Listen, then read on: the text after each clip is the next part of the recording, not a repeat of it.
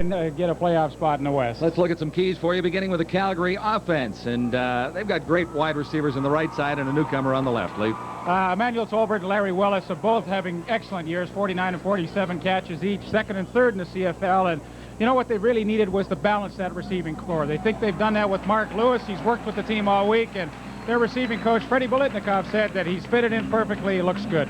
Bomber defense has looked rock solid the past 4 weeks, and there's a triangle in the middle there. Weston Brown at linebackers, Thompson the safety. Really the strength of that defense right down the middle, and I'm sure with a young quarterback starting tonight like Carl Foder, these three fellows in your picture will try and put as much heat on the quarterback and upset him as quickly as possible.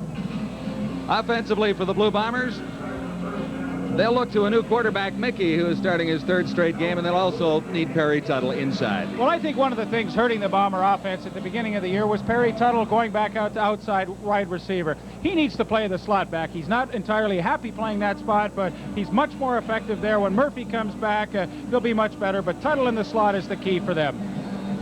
Defensively, Calgary added Ken Ford at a linebacker spot 4 or 5 weeks ago. They've added another new man in the middle, Joe DeForest. Well, the heat is really on the linebacking core of the Stampeders because they're worst in the CFL in stopping the rush. It means anybody can run against them. Winnipeg's got a good running attack. That means these two fellows will really have their work cut out for them tonight. Kenny Ford is the one who was traded for Scott Flagel. DeForest, the newcomer. They really have to play well tonight because the pressure is on that defense. Offense is not a problem for the Stampeders. Defense is. Calgary has moved the ball effectively much of the season, but they haven't been able to stop too many teams. They look for their 4th win tonight as they go against the Winnipeg Blue Bombers.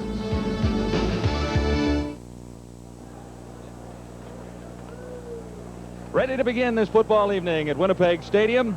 Jefferson and Hurd. And Ken Lazarek is in charge of procedure tonight. Chuck Paul, Ed Dunn, Dave Hutton, Bob Bryan, and Al McColeman will help us. Newcomer Mark McLaughlin will kick it off for the Calgary Stampeders. James Jefferson and Roy Hurd are deep for the Winnipeg Blue Bombers, and this is Hurd. He bobbles it near the 10, but Hurd is underway, and so is the football evening at Winnipeg. Frank Bolkovic led the tacklers for Calgary out near the 25-yard line, and Tom Mickey is in charge of proceedings for the Blue Bombers.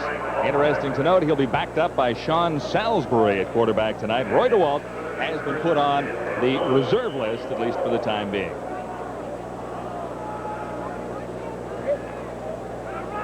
Mickey will have pretty good backfield. In behind him, Tim Jesse was the star for the Blue Bombers 1 week ago. First down, Blue Bombers near the 25. Mickey out to the far side has Tony Johns, and Johns has the first down. Ken Ford made the stop, number 41. Good beginning for the Blue Bombers. Great way to start the game because you like to start off with an easy pass just to get your rhythm, and that's an easy one to complete. Tony Johns out in the flat. And there you see the rest of the lineup for the Winnipeg Blue Bombers. Jeff Jenkins and Roy Hurd at the wide receiver spot. James Murphy, they say, will probably be ready next week. And, of course, we told you in the opening, Perry Tuttle back in the slot back position where I think he plays his best football. From the 42, Winnipeg first down. Mickey, quick release, near side. That's Roy Hurd, number 4. And he's out near the 50. Stopped by Greg Peterson. Up front for the Blue Bombers, a couple of veterans along that line with Walby and Vastaya. The longest in service, Lyle Bauer playing well at center. David Black, Chris Walby the tackles, Vastaya and Steve Rhoda Huskers are the Winnipeg guards. A couple of great calls on first down already for quarterback Mickey as Tom Mickey, easy passes to complete, good yardage. This is 2nd and 2. Tony John.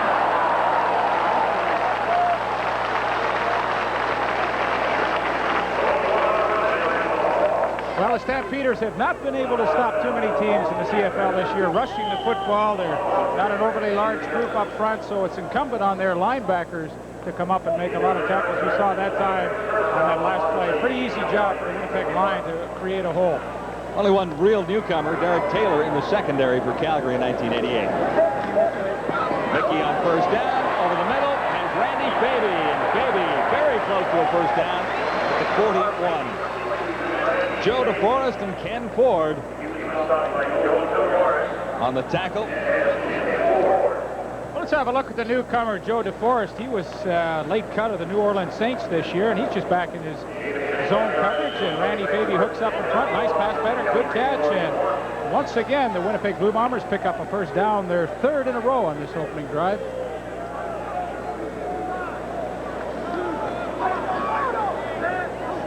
From the 41, Mickey gives to Jesse. And Tim Jesse finds room to the outside. Joe DeForest again, the middle linebacker, over to force him out. Jesse showing something already, 16 yards. Well, he did a fabulous job to get to the outside. Stu Laird, number 75, the defensive end.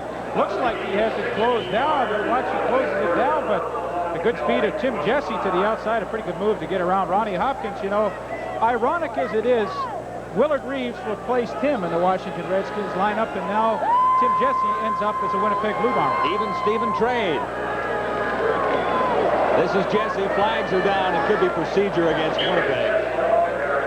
Warnock and Jeffers made the tackle, and Randy Baby a little quick. Had the fast feet. Yeah, a little quick to get off the mark there, but pretty impressive opening drive by the Blue Bombers. Seems like their team has really settled down since they made that switch to Tom Mickey at quarterback, and no question he's been a leader the last few weeks. Legal procedure, 73 Winnipeg, first down repeated. It'll be a first and 15, however, back at the Stampeder 30. No score so far. 11:47 remaining in the opening quarter. Great night for football in Winnipeg.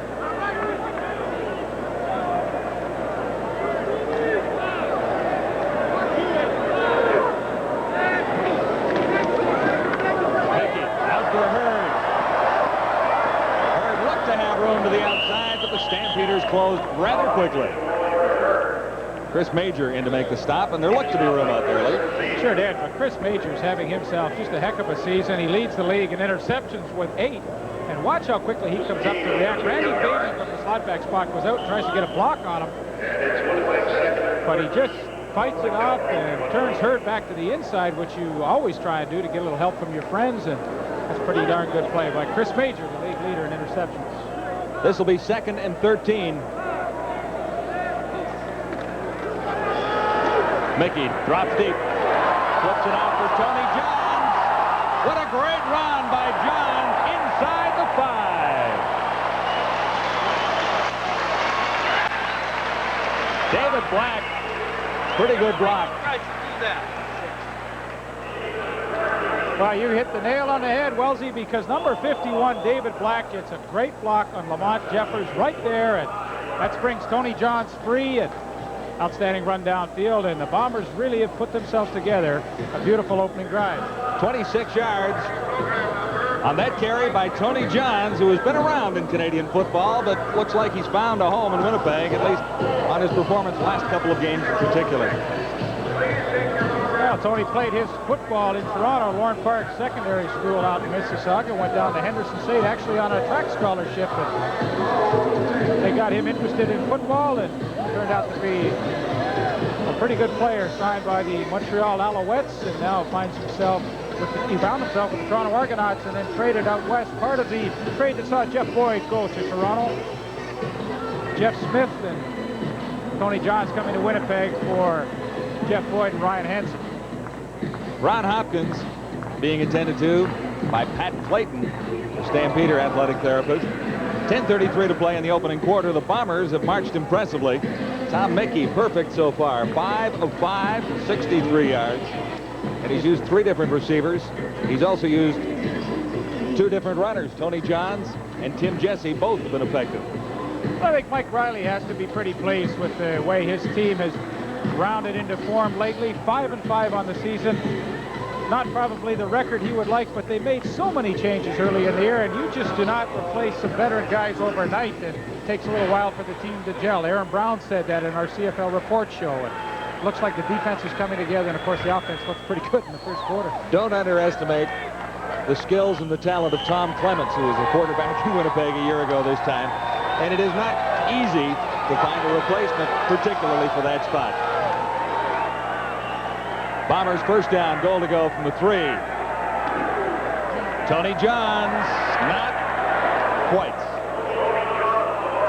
A yard shy. Ken Ford, Greg Peterson on the tackle.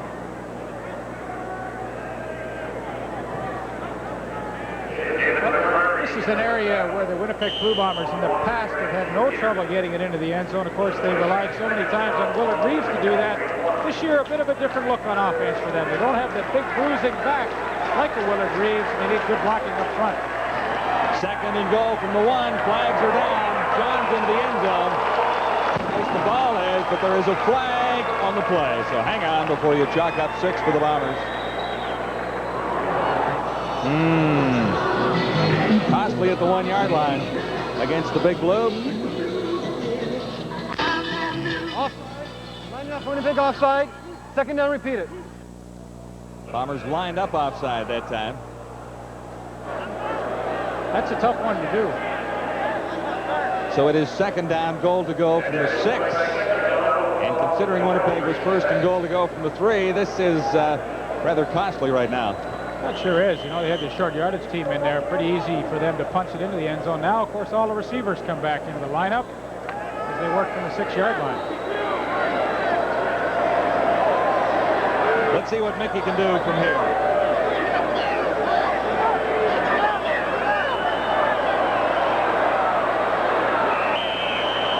They're missing a player. They've only got 11 guys out there. So Tom Mickey. Tim Jesse. Number 7, Winnipeg. Second down, repeat it.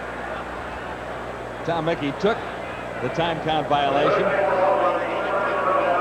And he will not be happy about that, because now it is second and goal to go from the 11. And there is no first down possibility, Leaf. Touchdown or nothing, unless they settle for 3. Who got the stand? Mickey will throw, looks to the end zone. Nobody there, and no flags down. The intended receiver was Jeff Jenkins. Chris Major was with Jenkins that time.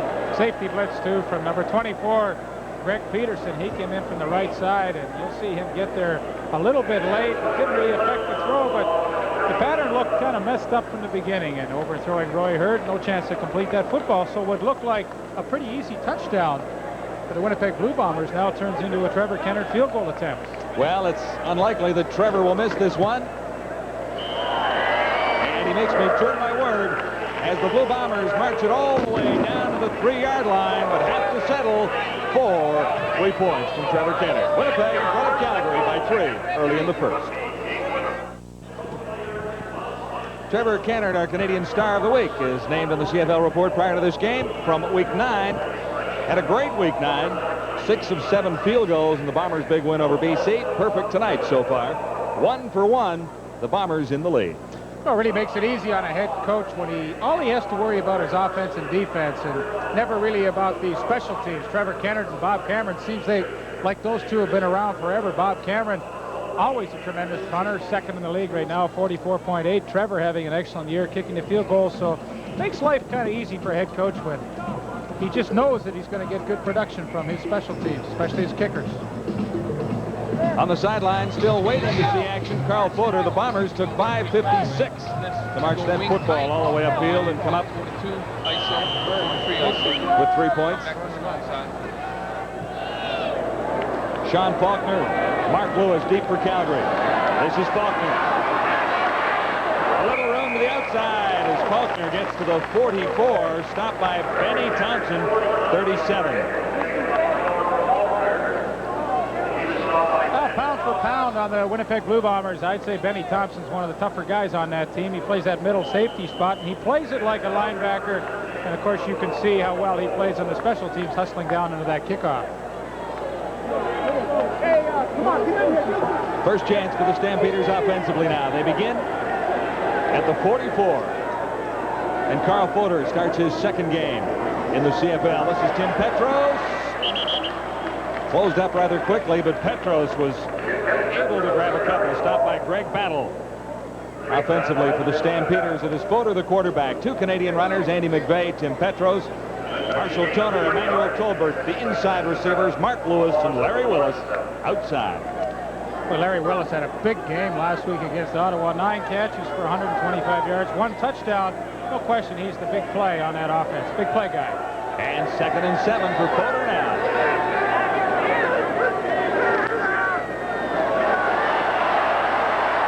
Battle in pursuit. Porter gets away and gets out. But the Stamps will kick it away. Ken Haley. Blitzing through, number 24. Oh, you have a look at Larry Kuharek on the sidelines, and he has not been a happy-go-lucky guy in the last 4 or 5 football games. A team that looked as though in 1988 would have a lot of promise just has not materialized. Rick Johnson, of course, started it off. He decided to retire. Gary Allen was not happy. They have had a lot of problems this year. Glenn Harper for Shorten or Jefferson. Bouncing near the 30. This is Paul Shorten. And swarmed under by several Stampeder tacklers. Harper averaging 42 a kick so far this season. Pretty good boot that time.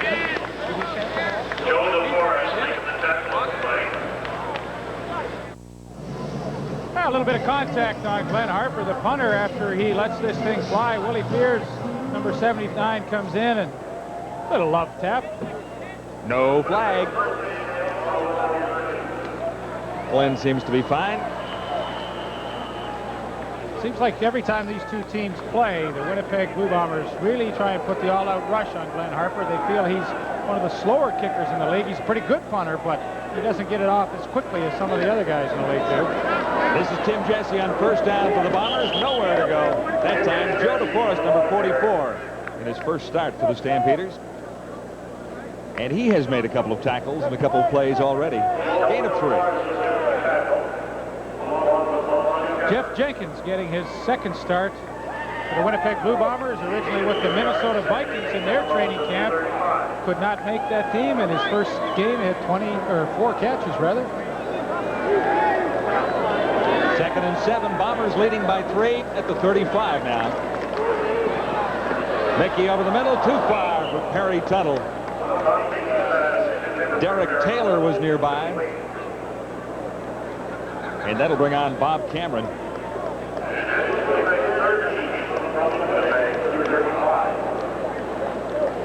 Tom Mickey, pretty much a drop-back passer. A little bit on the rollout every once in a while, but he is not a guy that will hurt you with his running ability. He likes to stand tall in that pocket and pick out a receiver downfield. We told you about Bob Cameron, 2nd currently in the Canadian Football League in punting, and always does a tremendous job. Nice night to kick, not really too tough a wind to kick into. Sean Faulkner, the lone man deep for Calgary, bouncing at the 40, taken by Darcy Kopp, who came back and gives Calgary good field position. Stopped by Greg Battle, 34.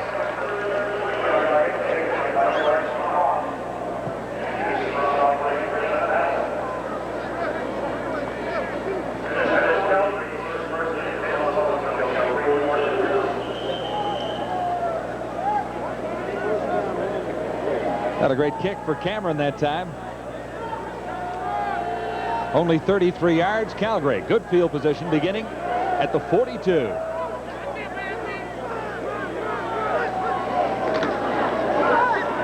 Good fake by Porter, but it didn't fool one Blue Bomber. Hit by Thompson.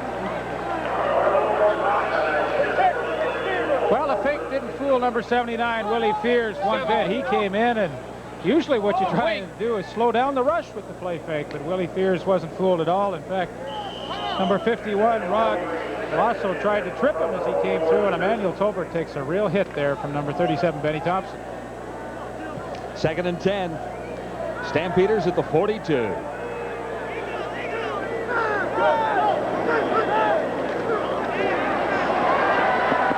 Porter gets it away. Lewis came back for it, couldn't make the catch. One bounce. But a flag is down in the Stampeder backfield.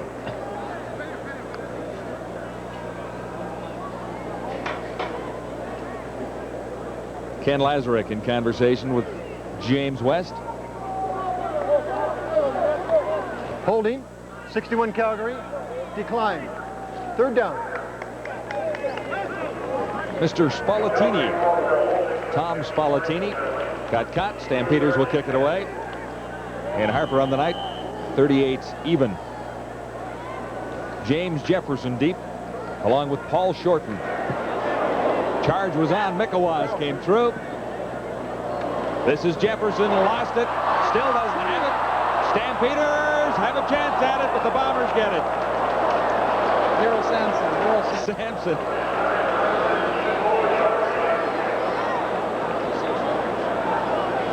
Boy, several Stampeders had a shot at this loose ball lead. They're very fortunate that James Jefferson just could never find the handle on it. A couple of Calgary Stampeders had great opportunity to come up with a Rob Smith, number 54, and then finally number 30, Daryl Sampson. Comes up with a recovery, and the Bombers really dodge a bullet there. There's Daryl Sampson, York University product. Bombers begin deep in their zone this time from the 5. First down, Winnipeg.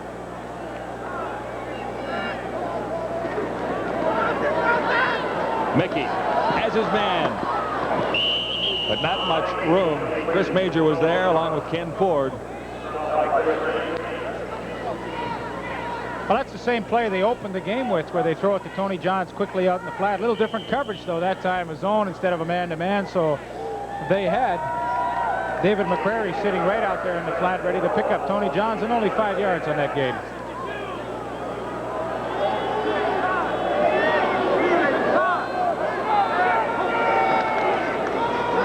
Tony Johns, the draw, does not fool the Stampeders. Beliveau. Eugene Beliveau, number 84. There to make the stop. The Bombers will kick it away. Hopkins injured earlier, being attended to, and looks like he is healthy enough to return. Well, I sure like the way Ronnie Hopkins plays this game. He's a underrated corner, in my opinion. Does not get a lot of publicity, but game after game seems to always come up with the big plays for the Calgary Stampeders. Bob Cameron from his end zone. Sean Faulkner, lone man back for Calgary. Good kick for Cameron. Out near the 52, Sean Faulkner. And he gets inside the Bomber 50, down to the 47. Vernon Paul led the Blue Bomber tacklers. It is Winnipeg leading the Stampeders by 3. Calgary in good scoring position when we come back.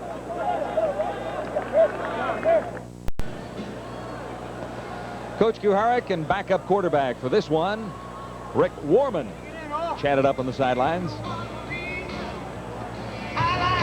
Well, I guess Larry Kuharek felt that it was time to give Carl Fodor a chance to generate this team's offense, but offense really hasn't been a problem for the Calgary Stampeders this year. They're 4th in the league in total offense, and that's pretty impressive for a team that's only 3-7. Rick Warman was having a pretty good year at quarterback.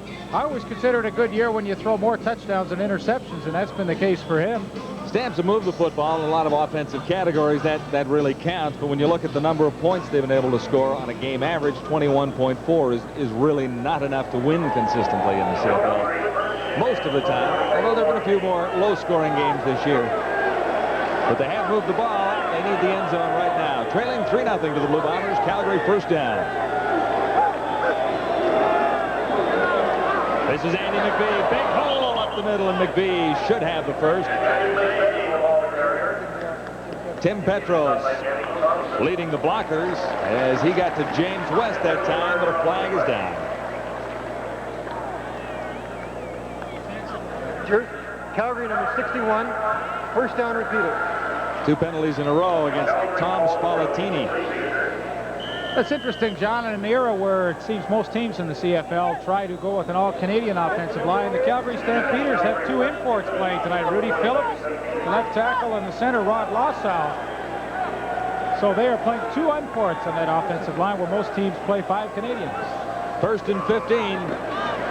Good fake by Fodor to give him time to look to the outside, where he has a man, Larry Willis. And Willis should have the first down on first and 15. Big play, Calgary. Fodor paid the price.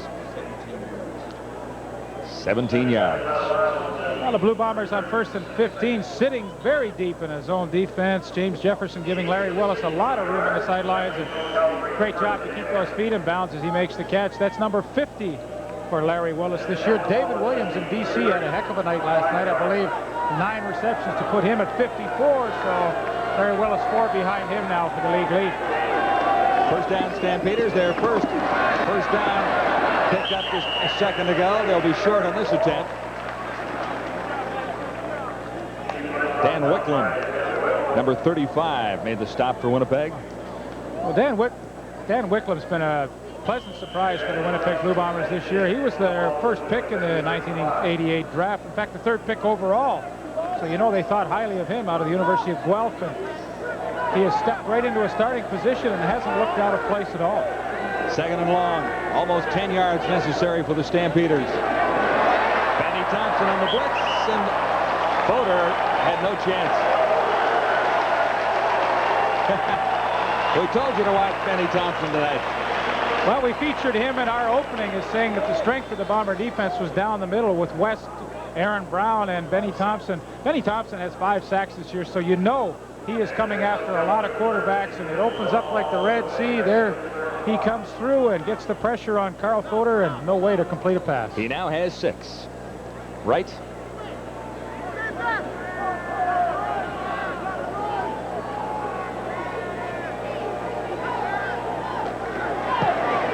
McLaughlin. And he's good. His second field goal is a Calgary Stampeder.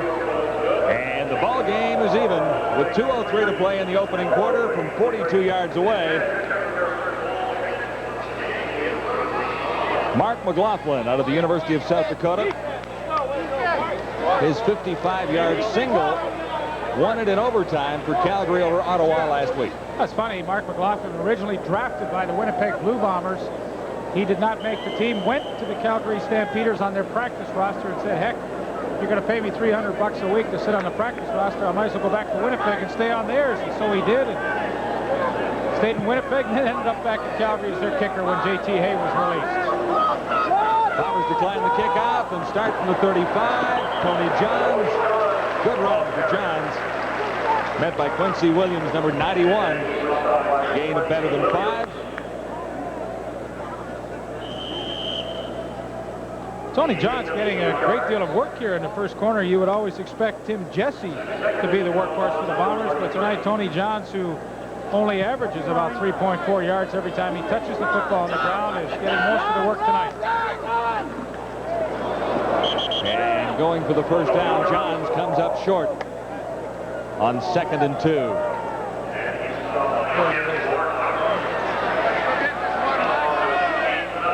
Linebacker James West. Contact problem, I believe. Yes, it is. He does wear the contacts when he's playing. So the Bombers find themselves in the first gambling situation of tonight's football game. 3rd and less than a yard. Should not be a problem for that offensive line, one of the bigger lines in the league. Mickey kept it himself. He looked to be a little hesitant hitting the hole that time, but he should have the first down. Now we talk about that Winnipeg offensive line. They average 6'4", 269, which is a pretty good size. The Calgary defensive line, on the other hand, 6'4", only 258. So there's a decisive weight advantage to that Winnipeg offensive line. Chris Walby is the biggest of the 5 guys. He's about 290 when he's on the Toledos.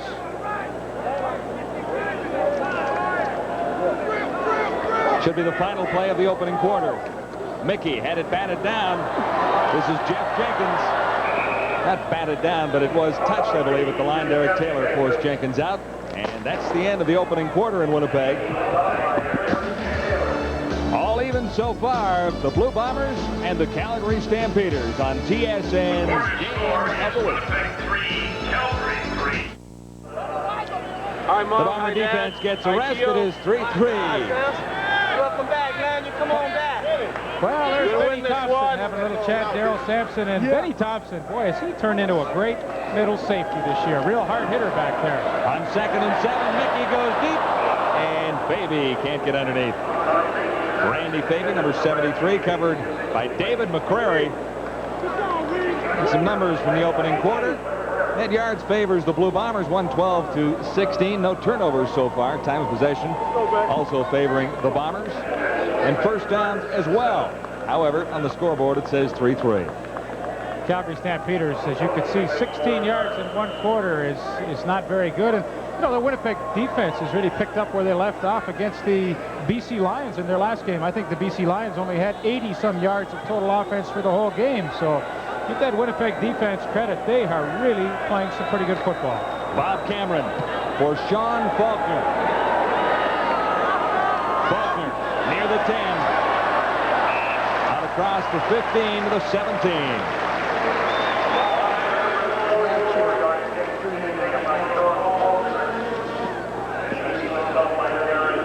And Fodor hitting on 25% opening quarter. 17 yards is not quite enough.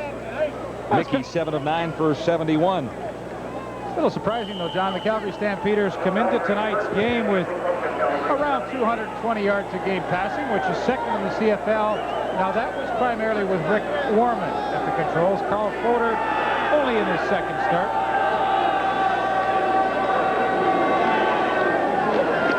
Andy McVie. Aaron Brown is there for the stop. And McVie grabs maybe 2.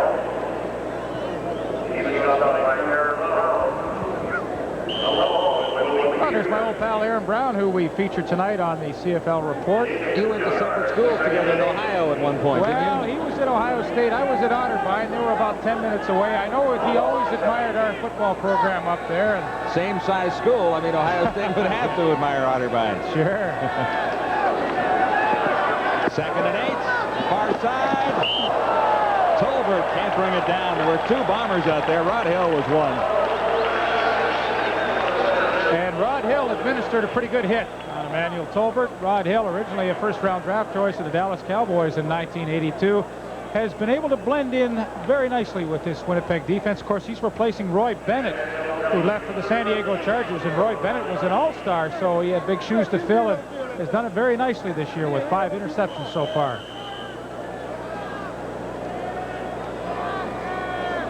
James Jefferson right up there with the leaders in punt return average and yards this season, but it goes short. The ball shortened, and flags are down at the 50.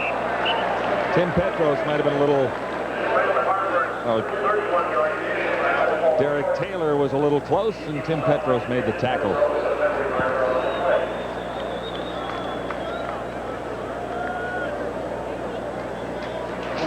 No yards. Calgary number 12. First down, Winnipeg. I think it was Derek Taylor that was a little close, and Tim Petros made the tackle, but both were in the area.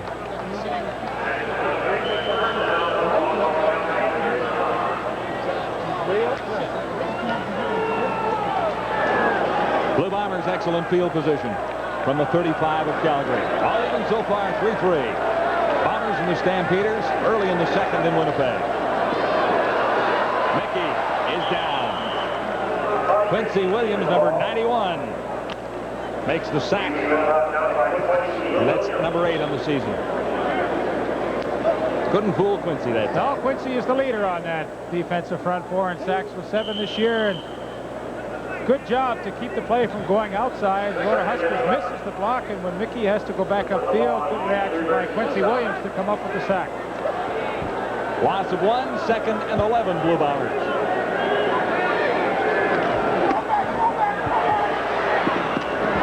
This is Tony John. Some room up the middle. John for first down.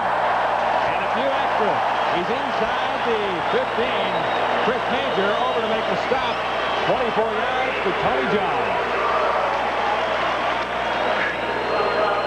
Well, it was really a pretty ugly-looking screen when they set it up, but the results were tremendous as the Winnipeg Blue Bombers keep this drive going. Tony Johns does not even need the block by Steve Rhoda Huskers. He simply outruns a few people and gets them into great scoring position.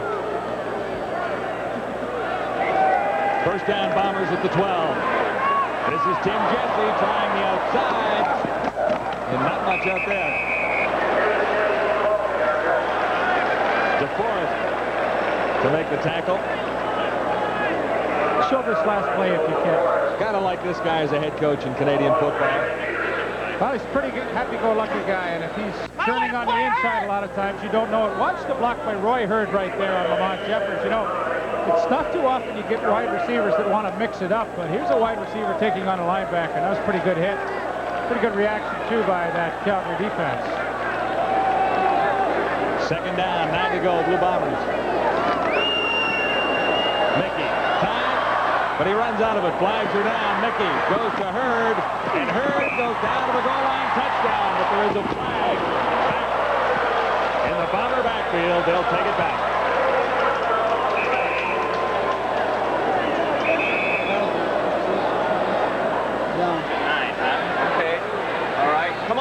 Don't hold on. Let's go.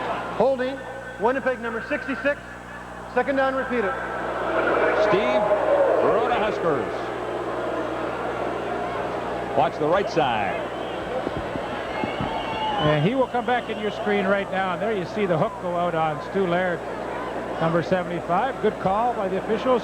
It's too bad. That was a pretty good effort by Roy Hurd to get into the end zone. That's the second time a penalty now has cost the Winnipeg Blue Bombers a touchdown. So far, the Bombers have managed just 3 from Trevor Kennard. The Stampeders have countered with 3 of their own, and that's where we are. 3-3, 10:48 till halftime. The injured Stampeder is David McQuarrie.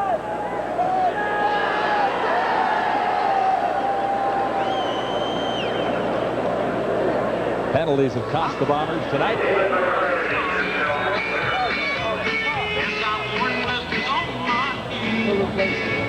4 penalties against the Blue Bombers, 25 yards total, 3 against Calgary for 20, so that's relatively even when you look at the total number and number of yards. One exception, though, the Bombers have had 1 touchdown call back, and they had a chance for another one. You know, John, it's not surprising the Winnipeg Blue Bombers lead the league with penalties taken this year, so they have hurt themselves a number of times over the course of the season. 2nd and 19. Williams, pressure on Tom Mickey. Mickey gets away. He'll not get the first down because Joe DeForest was there, along with Ken Ford.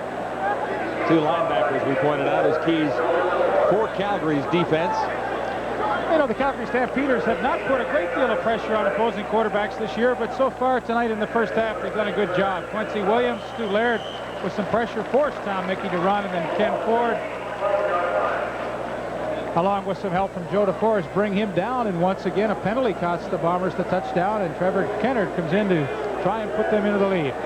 This from the 19-yard line. Kennard 1 for 1 on the Knights. Now 2 for 2. 6-3, Blue Bombers out in front. It's been all field goals so far at Winnipeg Stadium tonight. Lots of time remaining till halftime with 9:54 to go. A good evening of football ahead on TSN live from Winnipeg. A great night for football in Winnipeg, middle of September. Nice and warm, 20 degrees Celsius at kickoff time. Light wind. Well, it's a crowd, too, that has seen their Bombers win 4 out of 5 games at home this year.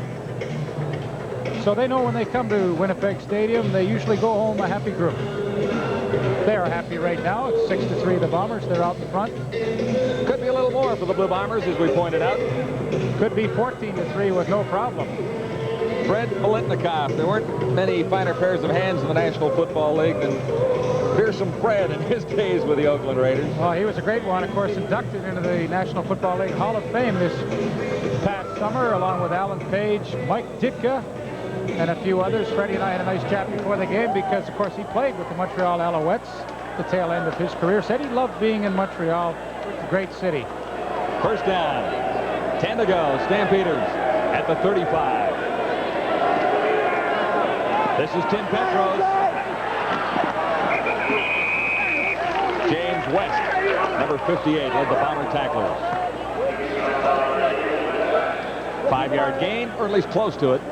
Now, James is always complaining that somebody's holding him. That's the case right there. He says they're trying to hold him for making that tackle. But, you know, as we've talked about the Winnipeg defense over the last few years, there's no question the strength of their defense has been the linebacking core. Aaron Brown in pursuit there, but pretty good group with Greg Battle, James West, Aaron Brown, and Dan Wycliffe. Second down, a little better than 5 to go. Porter looks deep. Tolbert, the intended receiver, picked off. Ken Haley. They rule he was down. We're taking this one back. The play had been whistled down back there or do they credit the Bombers with an interception? The ladies don't like the call, do they? It'll be a Blue Bomber interception, but Haley ruled down back at the 37. Ken Haley getting his chance to get back in the lineup for the second game. He was out with an injury earlier, and in a 4-deep zone coverage, he just reads and reacts to the football and comes over the top of Emmanuel Tolbert with his second interception of the season. And the Bomber defense once again giving Calgary nothing. Christine. Free message. From the 37, first down Winnipeg. Tom Mickey looks deep. Hurd down the sidelines. Chris Major was with him.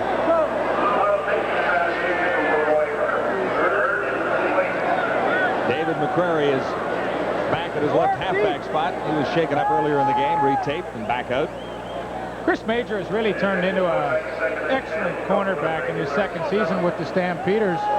Of course, we've told you he is the league leader in interceptions this year with 8, but I remember the first game he played last year. In fact, John, you and I did it. It was against the Hamilton Tiger Cats in Hamilton. He had a couple of interceptions in that game, and he has never looked back. Very comfortable. And, of course, he plays the hot corner because most right-handed quarterbacks like to go to their right. And, of course, that's where they find Chris Major. Second and 10. Big pressure. Mickey is down. Derek Taylor gets the sack. Second for Calgary on the Knights, and the Bombers will kick it away. Good play. Good speed from the outside on the blitz. Derek Taylor, originally with the New Orleans Saints, a strike player last year. And as soon as the Calgary Stampeders had a chance to assess his talent in practice a few times, they inserted him into the lineup. He has been a pleasant surprise for them. Bob Cameron to punt. Sean Faulkner and David McCrary back near their 30. Bit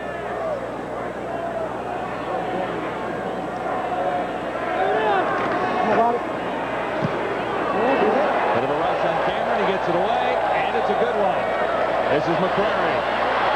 And a good upfield tackle by Benny Thompson. He's had a great night already. A 56-yard boot for Bob Cameron. And the Stampeders begin deep in their territory once more. Winnipeg out in front, 6-3.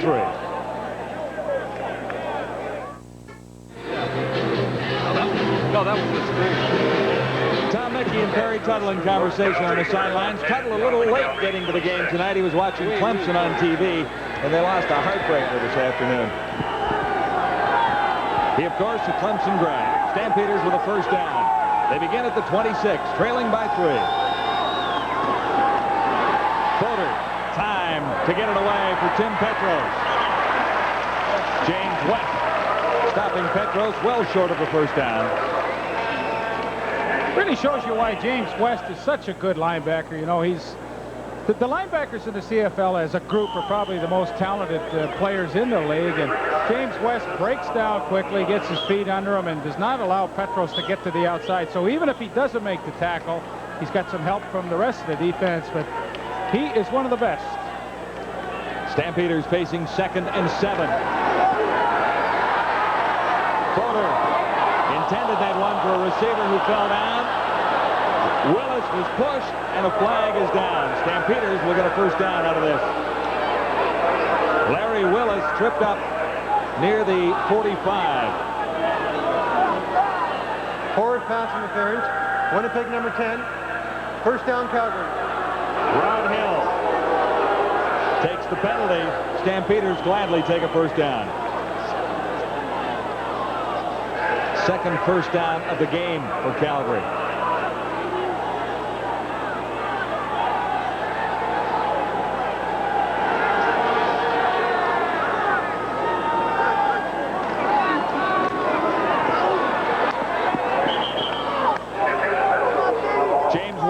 Stopping Tim Petros. Hard running inside for Petros. He's short of the first down by about a yard and a bit.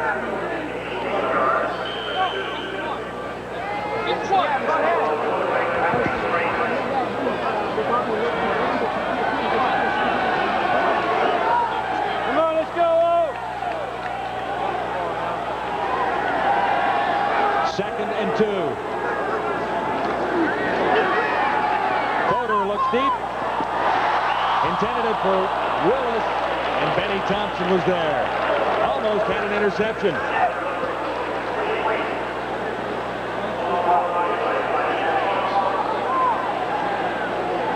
We'll get a close look at this one, Leaf. Pardon me? We'll get a close look at this on ISO. Well, he's turned out to be one of the better middle safeties in the league. Excellent range, good on the blitz, good tough hitter when somebody comes in his territory. And I think if we had a chat with Benny right now, he would say, I should have made that interception. Glenn Harper. James Jefferson, the lone man back. And not much running room for Jefferson as Joe DeForest led the Stampeders upfield tacklers. So the Bombers will begin from deep in their zone. They lead it by 3.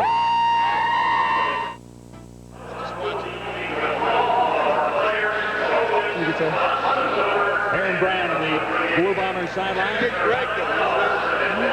After 4 years away, great player out of Ohio State. And he makes a difference in the middle alongside James West. He really does, John. Of course, he was on the 84 Grey Cup team with the Winnipeg Blue Bombers. He played on his up. Went to the NFL for a number of reasons.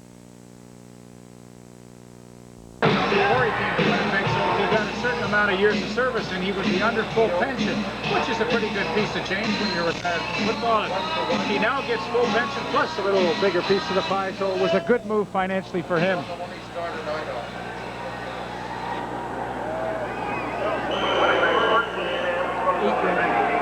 The Bombers begin from the 8 with a first down. Winnipeg in front by 3. This is Tim Jesse, big game in his debut last week. Met by Greg Pedersen, or Peterson. I'm Pedersen. You're Pedersen. He's Peterson. All Scandinavians, though, right? I'm not sure what his heritage is. I know think he's that'd got be a little Swedish. I know he's got a brother that used to play for the Vancouver Canucks. Does that help?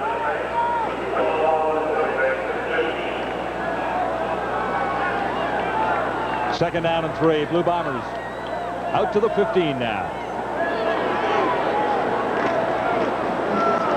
Jesse again stopped short of the first down by Lamont Jeffers and Kent Warnock.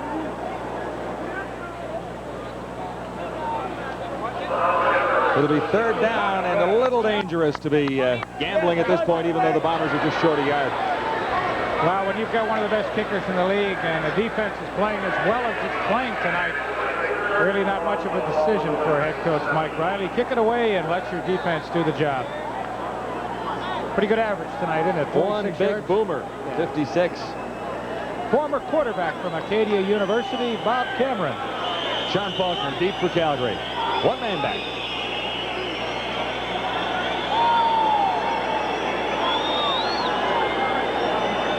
Cameron at his 2. Good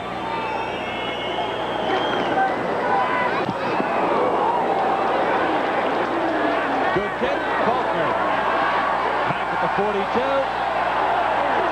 Stamps will have good field position in spite of the fact that Faulkner didn't get a great return. Stopped by Paul Flatney. 8-yard return, 51-yard boots. The veteran Nick Bastaya. Now, Nick, one of the mainstays of the Winnipeg Blue Bombers offensive line for so many years, of course, broke into the league with the Toronto Argonauts. Seems like a long time ago, but Nick, the former Shenley offensive lineman winner. First down, Calgary. Porter to the far side has Tim Petros. Not enough for a first down. Aaron Brown forcing Petros out after a 4-yard gain. Cut the route up a little shortly. They might have had first down. A lot of times you send it back out into the flat, you give it to him and hope that he can break the tackle. Stampeders over the ball quickly to the far side once more. No catch. Marshall Toner was the intended receiver. Boy, that was great coverage by number 30, Daryl Sampson, as well. He's turned into a pretty good inside safety himself.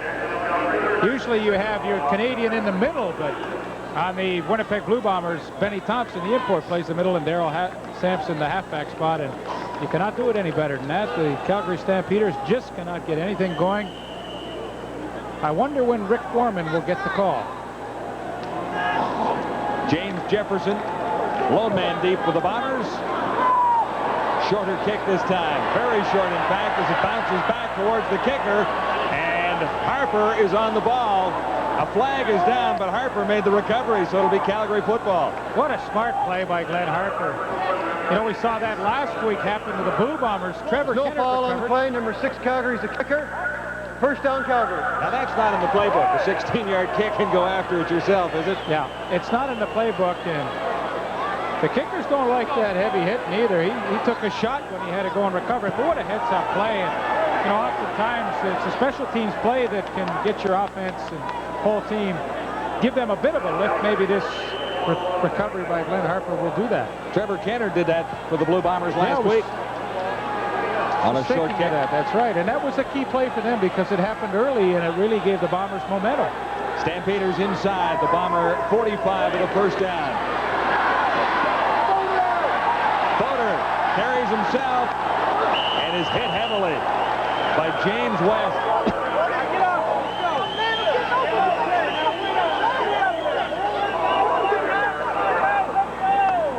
Close to 5.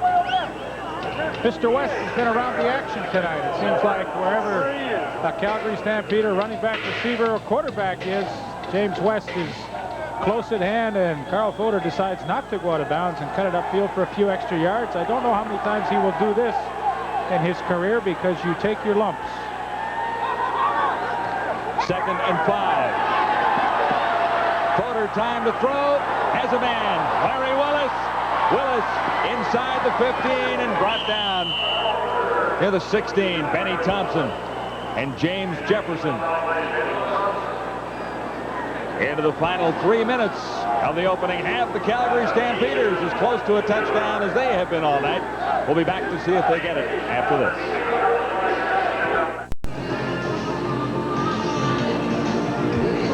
Biggest play of the night for the Calgary Stampeders.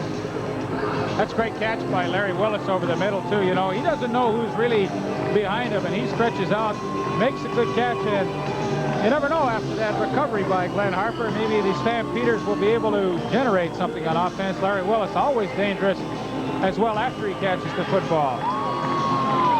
Maybe I should say the biggest offensive play for the Calgary Stampeders because Harper's recovery really set Calgary up deep in Winnipeg territory. It is first down Stampeders at the Blue Bomber 16. You can count their big offensive plays on one hand. That was it right there, That was the second one. But you got to take advantage of the breaks.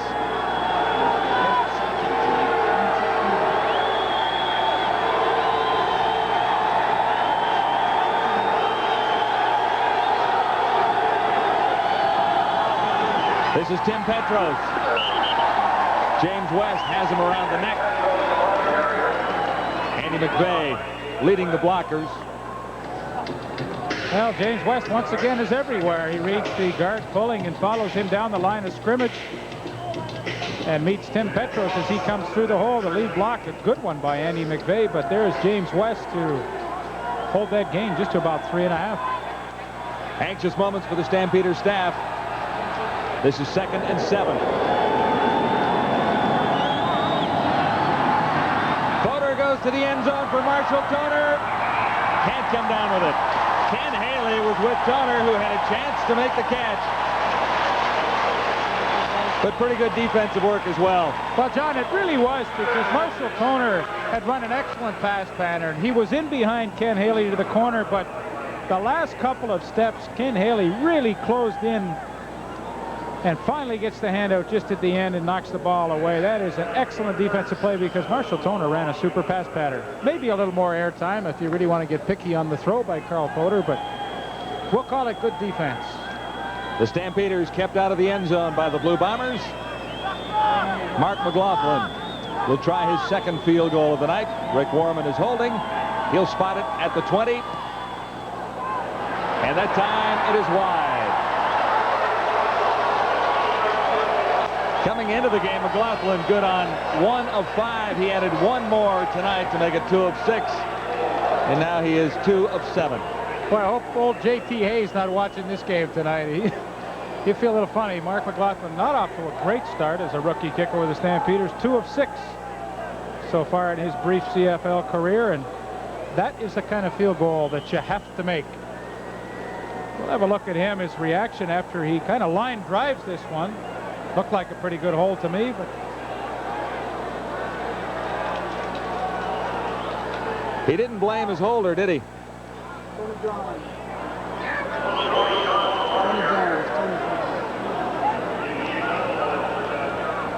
Tony Johns carrying for a yard. Lamont Jeffers making the stop. And these guys are practicing. Well, he's showing Rick Warman how he wants the ball held on the tee, you know. I mean, I think you should be able to, just as long as you get it on that tee in any shape or form from that distance, should be able to punch it through. On 2nd and 9, a flag goes down on Hopkins.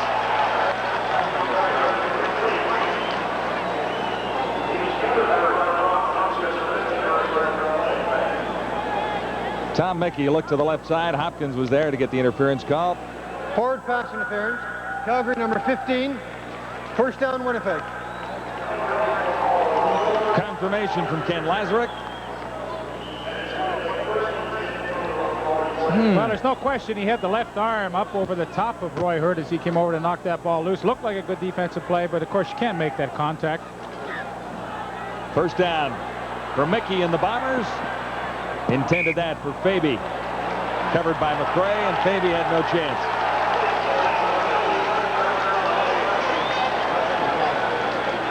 Little roughing the passer spotted as a flag is down in the Bomber backfield. Well, I believe so. Kenny Ford took Tom Mickey down after the ball was released. Roughing the passer. Calgary number 41. First down, Winnipeg. Costly. Into the final 2 minutes of the half. Calgary's given up 2 penalties in a row. Bombers on a march. Well, let's have a look at it. You be the judge at home. He's let the ball go, and yeah, I think that's a good call. You know, you have to try and protect the quarterbacks in the league, and there's no question the ball was gone. Kenny Ford could have passed him up. He didn't have to put the hit on him, and of course it cost him 15 yards and field position. 1st and 10. Mickey gets it for Tony Johns. Oh, big hit by Ken Ford.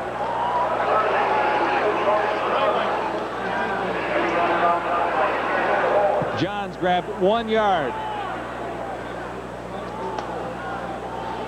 I think that roughing penalty got Ken Ford a little excited, because watch the hit that he puts on Tony Johns.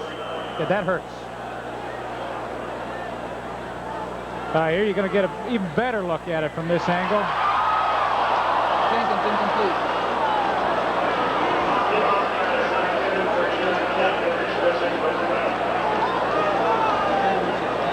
He missed an incomplete toss for Jeff Jenkins, and the Bombers will now kick it away.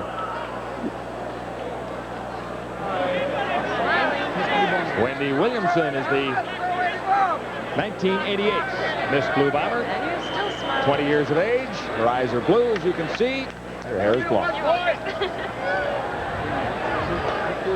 Bob Cameron at the 47th. David McCrary, the lone man back for Calgary. 1:07 left till halftime. And Cameron takes a tough time to shank one. I'd like to see that in replay, because Cameron is a great kicker in Canadian football. And he didn't like this kick at all. It couldn't have traveled 16 yards. No, it traveled 7 yards. Yeah, he can't believe it either. And no real pressure coming up the middle. The fact that maybe he was trying to go out of bounds, and when you try and do that often, it rolls off the side of the foot. The reaction says it all. I hit one like that the other day. But you were hitting a golf ball. 1st and 10 Stampeders, a chance to add to their total with 1:02 remaining in the first half, but Porter's in big trouble. Stan Mickelwas ran him down. Greg Battle was there as well. Well, the Bombers have a nice situation on their defensive line. They play a 3-4 defense, but they've really got 5 guys that can rotate in that 3-man front. Of course, the starters are Romel Andrews, Stan Mickelwas, and Mike Gray, but they rotate in Willie Fears and Rob Pradanovic, so they've always got fresh people in there. And you know, over the course of a game, I think that really makes a big difference. A loss of 7 for Calgary. This is 2nd and 17. Floater over the middle for Marshall Toner.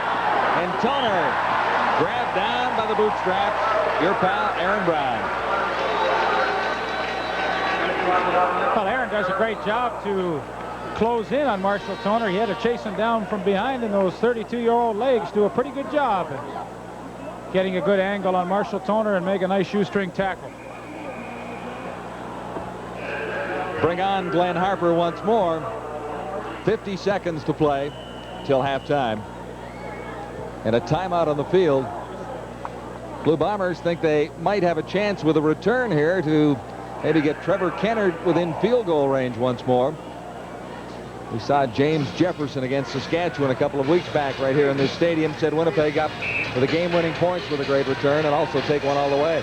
He's had a good year this year in returning punts. Rod Hill getting some last-minute information from Mike Riley, probably to tell the rest of the guys whether we're going to go for the block or try and set a return up with 50 seconds left. I think they'll try and get the big return here with James Jefferson.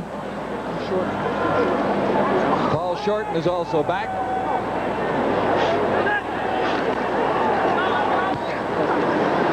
Not deep. And it goes to Shorten near the 40. No chance to set up the big return. Derek Taylor made the stop for Calgary, so with 40 seconds remaining, one last chance till halftime for Winnipeg, leading by 3. Well, Tom Mickey now with 40 seconds left realistically has to go about 25 yards to get Trevor Kennard into range for a field goal attempt. So a couple of 12-yard passes would do it, and I think that's what he's thinking. Try and get the 3 points first, and if we get into range, then think about going for the touchdown. This is Tim Jesse. Forward progress near the 51. Joe DeForest forced him back. Make it a gain of 4. Of course, all kickers have that net on the sidelines now to keep their leg loose throughout the game, and probably one of the best innovations in football in the last 10 years or so is that net. 2nd and 6. Perry Tuttle makes the catch. Good tackle on Tuttle by number 41, Ken Ford. 26 seconds till halftime. Good pass pattern by Perry Tuttle. Just breaks in over the middle in his own defense and gets into a passing lane for Tom Mickey to find him. Good catch, and of course, there's no secret that I feel this is the position for Perry Tuttle, that slot back spot. He has a lot of field to work with.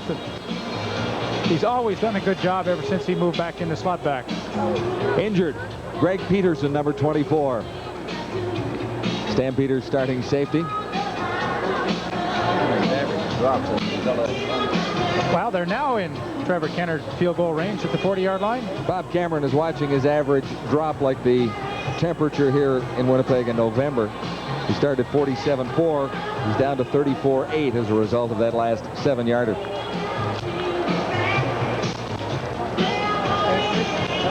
Well, there's Perry Tuttle, and we mentioned he was watching the Clemson Tigers play today. Of course, he was on that national championship team.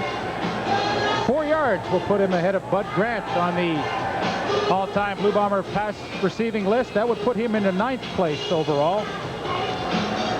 I suspect he'll do it tonight. One would have to guess that he will. The Bombers missing the great James Murphy for this one, and maybe one more. John Salisbury, number 12, is listed as the Bomber backup tonight. 2 seasons in the NFL. From USC, not one pass tossed in Canadian football. Well, he's a good size, 6'5", 210 pounds. And that puts Roy DeWalt on the Bomber reserve list. We'll have to ask Cal Murphy about that at halftime when he joins us, the Bomber general manager.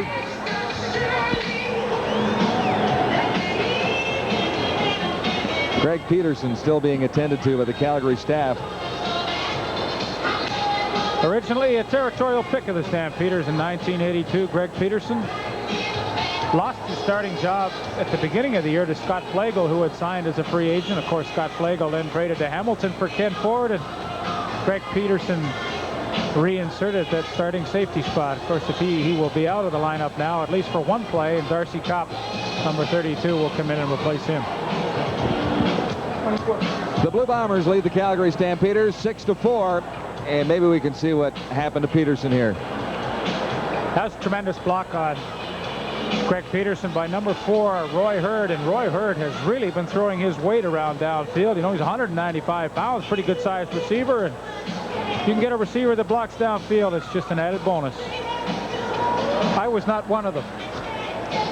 You were not rated as a great blocker in your days with the green and white? You know what John Payne, my good friend and head coach in Saskatchewan and Hamilton, used to say to me, Leaf, it only hurts for a little bit, so go and try and block somebody. But Roy Hurd has done an excellent job in that department tonight. Oh, you had one block, didn't you?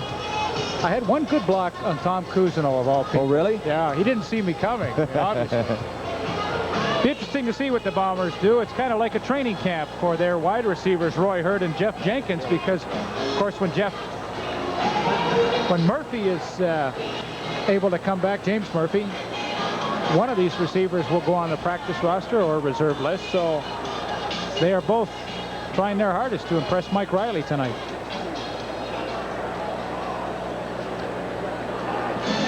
Greg Peterson does not look too good. I hope he's not seriously hurt. It looks like obviously a concussion.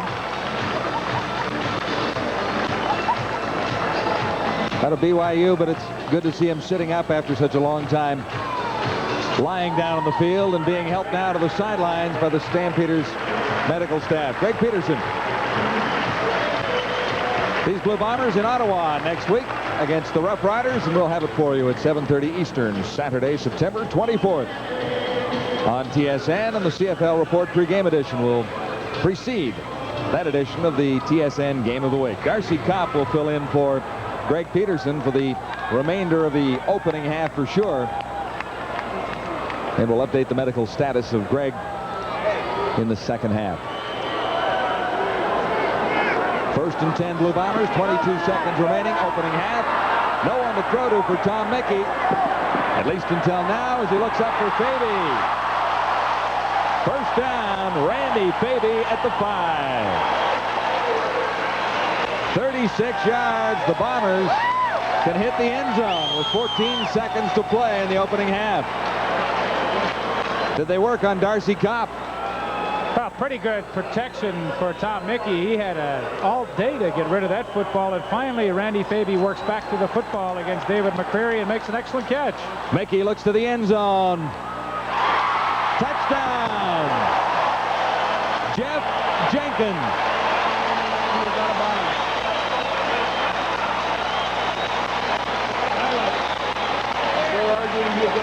Stampeders are arguing that Jenkins was out of bounds, but if he was forced out of bounds by a Stampeder, the touchdown will stand and there are no flags. Well, there was no question he was out of bounds as he was working upfield against Chris Major. He was forced at least a yard out of bounds, came back in, and they made the catch for the touchdown. They let it stand. Trevor Kennard goes after the point. After Cameron Holding, no problem at all.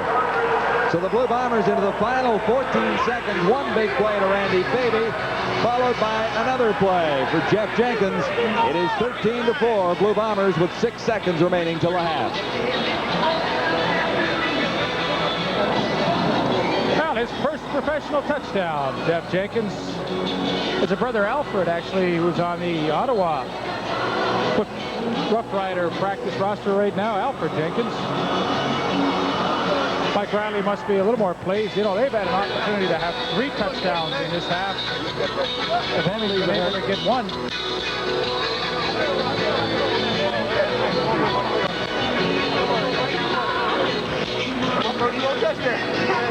Jeff Jenkins and Roy Hurd are both obviously out to impress the Bomber coaching staff, because James Murphy is due back, and one will be gone when James Murphy returns.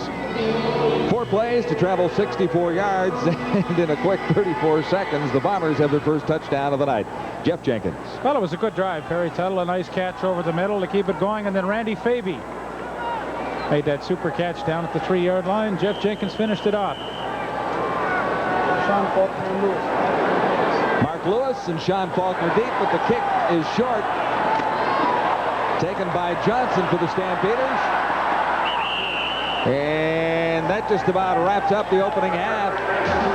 The gun has not sounded, but now it does. Larry Kuharek was close, but the Bombers have widened the lead. It is 13-4 Winnipeg.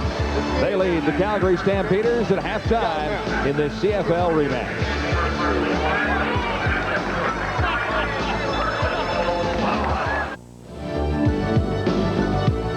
It is halftime in Winnipeg, where the Winnipeg Blue Bombers lead the Stampeders 13-4. The Bombers' first touchdown, a little late in coming, but at last there's a smile on Cal Murphy's face, the general manager of the Winnipeg Blue Bombers. We looked at that first half and thought the Bombers were going to get into the end zone a couple of times, but penalties hurt a little bit, Cal. Yeah, they did. Plus, we took ourselves out of there on the first drive. You know, we went down there and we lined up offside, and then we didn't have enough players on the field. We take a delay of game. We looked like F-Troop out there for a bit. But at least in the second quarter, last 4 or 5 minutes, we played pretty good football.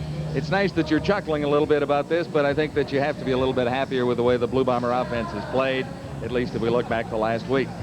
Well, I think that we are doing the things that we're capable of doing, and I think we got away from that a little bit, and we went back to it, and I think those are the same things that we went back to even in the second part of the second quarter tonight, and I think that, you know, if we stay after that type of thing, we got a good football team. Is Tom Mickey the Blue Bombers quarterback of the future as you see things right now? Well, I think we've got some good quarterbacks here, period, and we got one suited up tonight along with Sean Salisbury, and we think that he's got some good talent, and you know, we have to take a look at them. We've got Roy DeWalt, and we've also got Lee Saltz here, and I think we have to take a look at the younger ones, but we're we don't intend to get rid of anybody at this time either. Well, that's not what we've heard completely. We heard that Roy DeWalt might have been on the trading block for the Winnipeg Blue Bombers, and I guess everybody is on the block every once in a while, but have you been trying to peddle Roy DeWalt elsewhere in the CFL? I think I answered the question previously. I said that we had some people on our negotiation list, and people were talking to those people, and so we asked a couple of teams if they are interested in any of our quarterbacks that we have control of. And I guess if that's the case, then Roy DeWalt's included, but then so's Tom Mickey.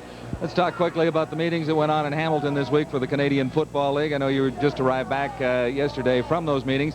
The search for a commissioner continues. Is it really going to be a two-man job, as we read somewhere in the press today? Well, I don't think it would be a bad idea. Whether that's the way we operate, I don't know. But, you know, I think there is so much to do in the administration side of it, that handling it day to day. And then I think that Doug has been used so much in every phase of the job.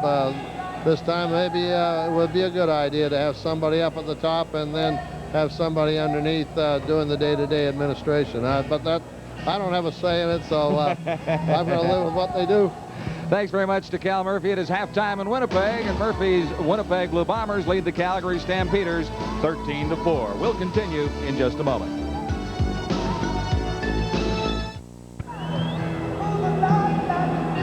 Time in Winnipeg, and the halftime show continues. This is a tribute to the United Way as campaigns open from coast to coast in Canada.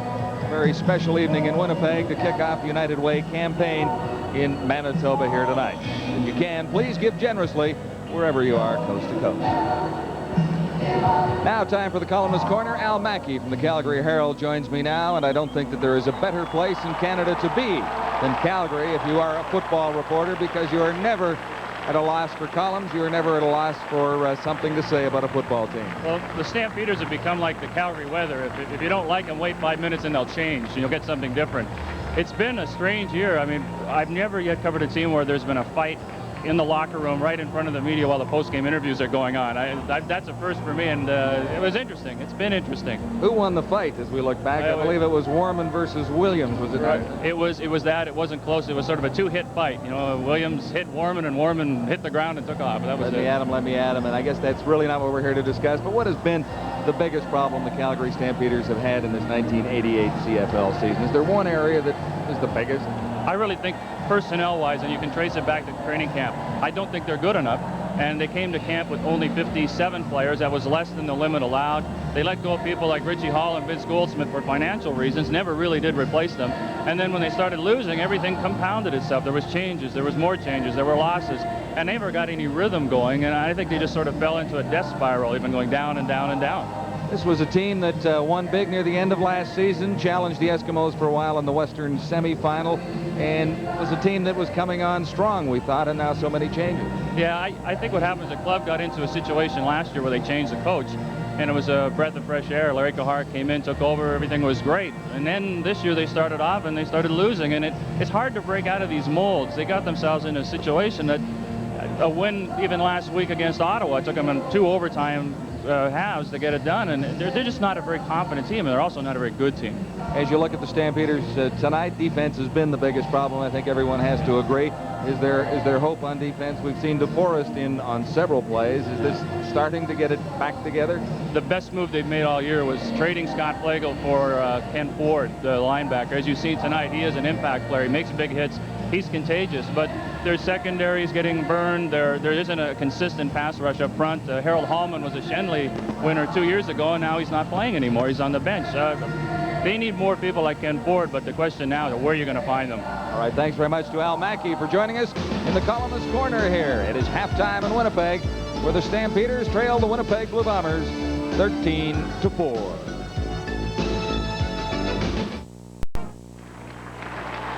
We are at halftime in Winnipeg, where the Bombers have a 13-4 advantage over the Calgary Stampeders, and really it was a half that could have been a lot worse for the Calgary Stampeders had the Winnipeg Blue Bombers been able to cash in on a couple of opportunities. In fact, they had 2 touchdowns called back by penalties that they still resulted in Trevor Kennard field goals, so it wasn't all that bad. But the defense of the Bombers was really the story in the first half, where they totally dominated the Calgary Stampeder offense. In fact, they held Carl Foder and the entire offense to only 63 yards in that first half, and that's pretty abysmal for an offensive team. Ken Haley did a lot of the damage with this interception, overthrown for Emmanuel Tolbert. He comes up with his 2nd interception of the season.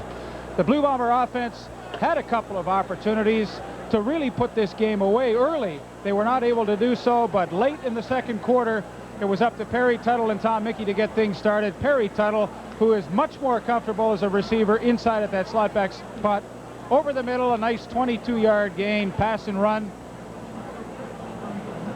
And of course, this set up a great scrambling effort by Tom Mickey. Lots of time to throw the football. Randy Faby does a good job to finally come open on a scramble late, and he makes a good catch down the sidelines to stay in bounds.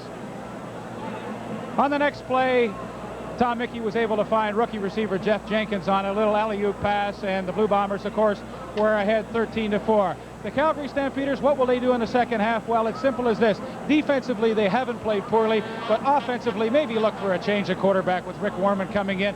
He is the much more comfortable quarterback at the 2 and generating a passing game, and I feel that that's the only way that they will find themselves back into this football game. It has been all Winnipeg up to this point.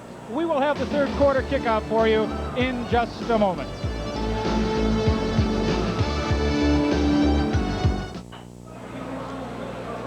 Second half about to get underway at Winnipeg Stadium, where the Stampeders trail the Blue Bombers 13-4 on TSN's CFL Game of the Week. The Bombers very effective most of the way, although they only came up with 1 touchdown, 220 yards total in the opening half compared to 71 for Calgary, 12 first downs compared to 3. And time of possession really works out to only about a minute difference as far as it went. No turnovers. Oh, hang on. 1 turnover, Calgary. Ken Haley, the interception That's we just right. showed. Yeah. So 71 with the 8 yards net loss for the Calgary Stampeders. Only 63 yards of offense. That will not cut it. Tom Mickey had a pretty good first half. The 1 touchdown pass was to Jeff Jenkins late in the second quarter. And he has done a pretty good job. You know, they've finally decided that he is going to be their quarterback of the future. As Cal Murphy said, yes, almost. And since he has taken over as the #1 man, the offense has started to perform a lot better. The Stampeders are still trying to decide on their quarterback of the future. Tonight, it is Carl Foder. Second half is underway. And the kickoff rolls out of bounds near the 30-yard line, so they'll do it one more time. Carl Foder in the first half, 5 of 13, 54 yards, and you saw Tom Mickey's stats for Winnipeg. The Bombers could have had a more substantial lead, however. Well, a couple of penalties really cost them, John. We touched out on that earlier, and you know, it's not surprising. They lead the league in penalties, so they have hurt themselves at times this year, but the last few games they really have seemed to put most facets of their game together. Special teams always good. Defense has been much better, and the offense slowly improving week by week. Trevor Kennard from the 30. And no problem keeping it in bounds this time. This is Mark Lewis. Benny Thompson made the stop. His dad used to thrill Blue Bomber fans, Leo Lewis. Talked to Mark before the game leave. He said he was about a month away from being born in Winnipeg. He was born in May 1960. And as legend has it, his dad was on his way to training camp about a week or two after that, or the family was heading back to Winnipeg. So he was almost born a Canadian citizen. But Mark's brother Leo and I played briefly together in Hamilton before he moved on to the Minnesota Vikings of the National Football League for a tremendous career, still playing there. Good bloodlines in that family. All the sons good athletes. And in a Blue Bomber uniform, Leo Lewis Sr. was known as the Lincoln Locomotive. That was a few years ago. First down, Stampeders. Porter in trouble again. Mike Gray. His first sack of the night, his 9th of the season. Mike Gray, a welcome addition to the Bombers this year. Of course, a former Shenley Rookie of the Year with the BC Lions in 1985. Mike Gray, good pressure. Larry Kuharek did not take my advice and start Rick Warman in the third quarter. Coaches have been known not to take your advice. It's probably just as well. But now, Kuharek, Porter, and the Stampeders face 2nd and 20. And more problems from that Bomber defense. Porter is down again, but he got it away. To no one. Bouncing to Larry Willis. However, there is a flag. And indication would be it's against Calgary. It is. Bombers decline. Calgary kicks. I don't know about you, John. Calgary number 34 declined.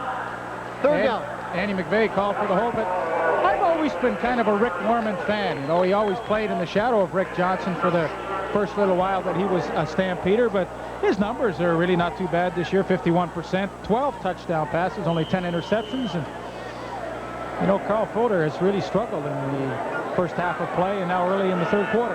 Glenn Harper has had some problems tonight. Low snap, gets it away.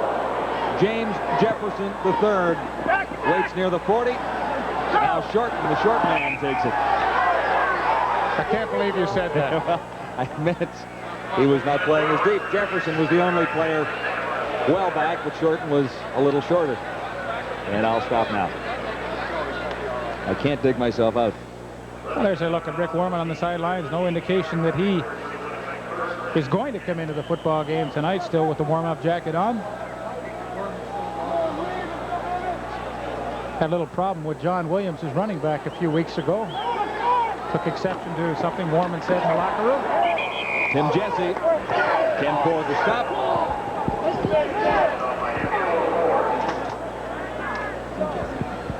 Talking to head coach Larry Kuharek yesterday, he said that the trade for Scott Flagel for Ken Ford was an excellent move. You know, Flagel, everybody knows, an All-Canadian, but Ken Ford has brought a great deal of enthusiasm he has felt to this Calgary defense. One of the bright spots in a defense that has struggled in 1988. 2nd and 7 facing Mickey now. Quick drop. Has to get out of there. Jesse was the intended receiver. That's not the way the play was diagrammed. Chris Major was covering. Williams and Warnock applying the pressure that time and forcing the Bombers to send Bob Cameron in once more. Tom Mickey, it appeared to me as though he went over the line of scrimmage and then came back. No, he was pretty close. Tough to see from that angle. Of course, the official with a much better vantage point than I had. Nevertheless, the Bombers will have to give it up. Bob Cameron shanked his last punt for only 7 yards. I'm sure he'll do a little better than that this time.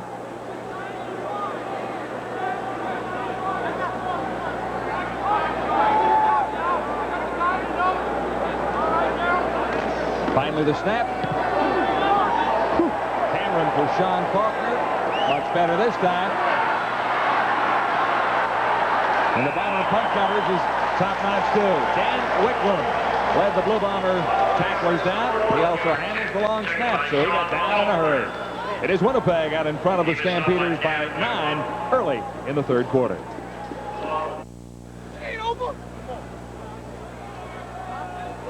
Linebacker Ken Ford says it ain't over. Well, there's a long way to go in this game, but the Stampeders obviously have to start moving the football offensively. 12-19 remaining third quarter. Calgary down by 9, but the Blue Bombers haven't exactly walked away with it yet. Carl Fodor remains the quarterback. He is the all-time leading passer in Marshall University history. Fortunately, tonight things have not worked out that well for him. You know, they only trail by 9 points. Not a great deal. It just seems like it's been a lot more than that. Well, the Bombers had one touchdown called back. Actually, 2, when you think about it. One on the opening drive, they settled for a field goal. Settled for 2 field goals, and 7 points were definitely within Blue Bomber reach. Stampeders first down. Fodor, Benny Thompson. Thompson couldn't bring him down. Fodor fires for Emmanuel Tolbert.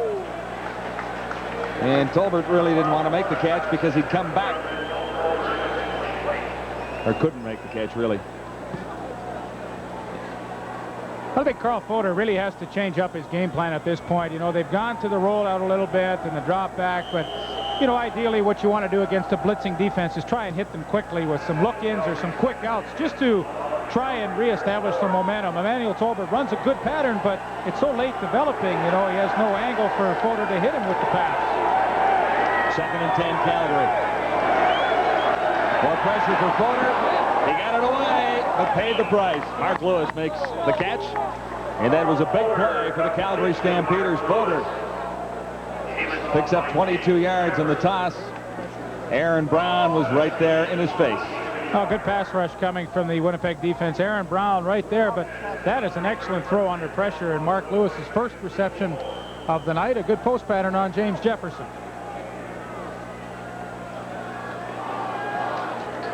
First down, Calgary. At the Bomber 54.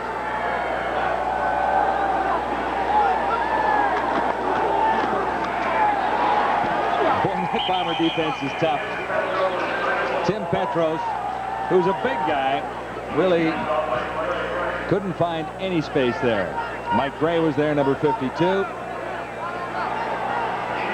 Rick Warman on the sidelines, I think, anxious to get in if he gets a chance. Stampeders hurry it up. No huddle. Fodor. Far side. Larry Willis. Tight coverage. James Jefferson. Fodor wonders what he has to do. Well, James Jefferson is one of the tougher guys in the league to beat deep. He's the fastest Winnipeg Blue Bomber, legitimate 4-4 sprinter, and he stays right on the hip of Larry Willis. When Larry Willis turns back to look for the football, that's James Jefferson's cue that he must turn to, and he does it perfectly, knocks the ball away, and once again the Calgary Stampeders will have to give it up. Enter Glenn Harper. Good pressure from the Bombers. They didn't get a hand on it. This is James Jefferson. And no space to the right side for Jefferson that time. Ron Hopkins made the stop, or at least forced him out of bounds. And with 10:17 to play in the third quarter, it is Winnipeg out in front of Calgary, 13-4. The Bombers begin deep in their zone. Good kick for Harper. That's great punt. He angled at the sidelines. Good coverage by the special teams. James Jefferson, a running back in university for a couple of years, so he loves and relishes his opportunities to catch and run with that football.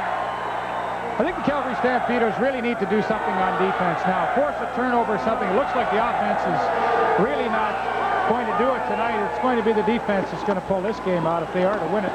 Jesse tries the right side. Woo. Good top running for Tim Jesse. We told you he had a big week last week.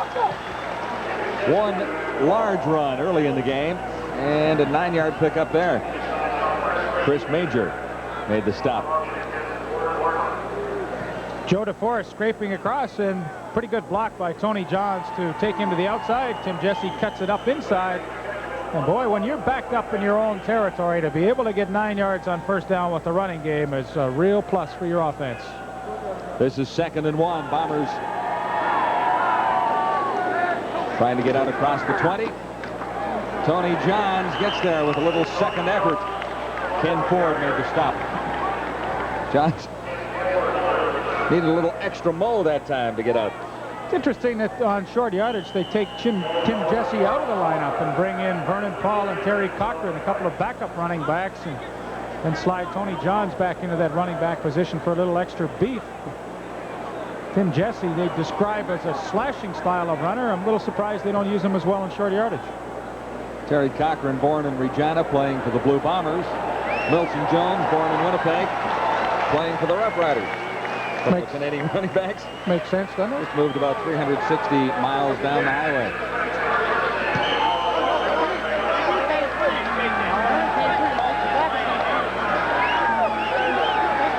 The Bombers get their first down.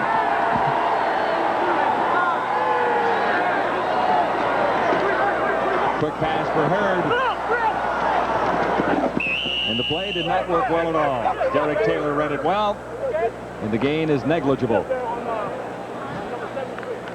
You need really 2 blocks now on that play to have it succeed. When they first introduced this play into football, it seemed like all you needed to do was to pick off the corner and you had a pretty good gainer. But now Randy Faby, of course, gets a good block on Hopkins, but Derek Taylor reacts so quickly.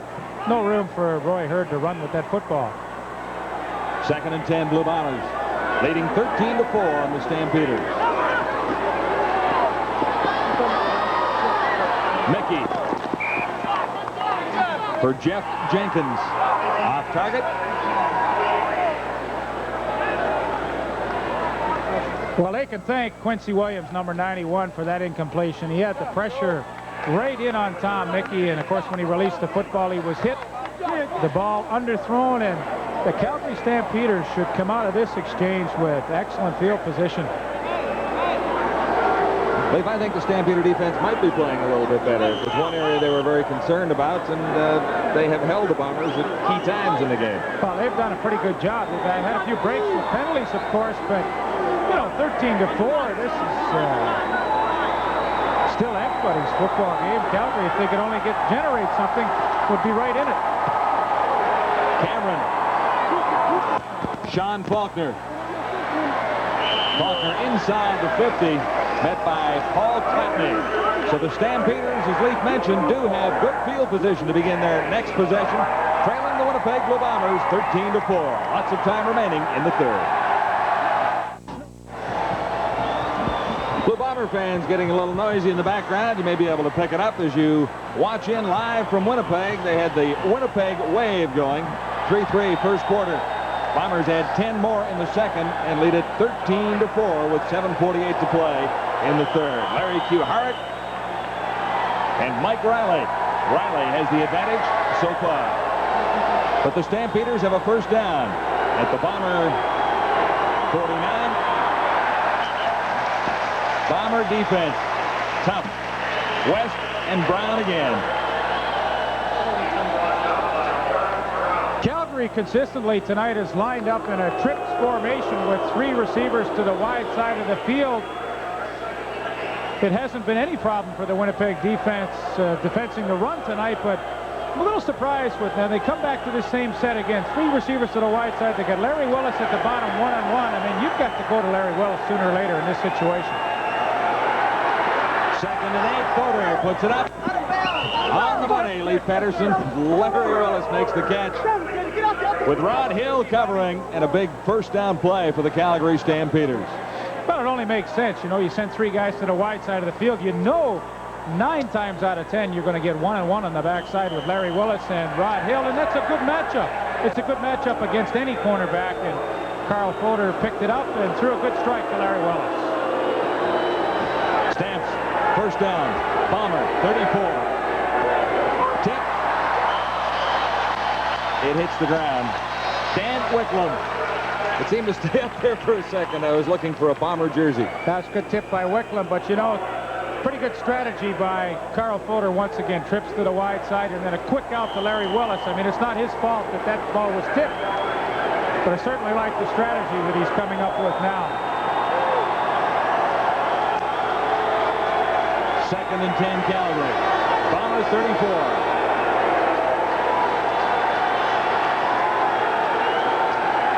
Back in a hurry, and the Bomber rush.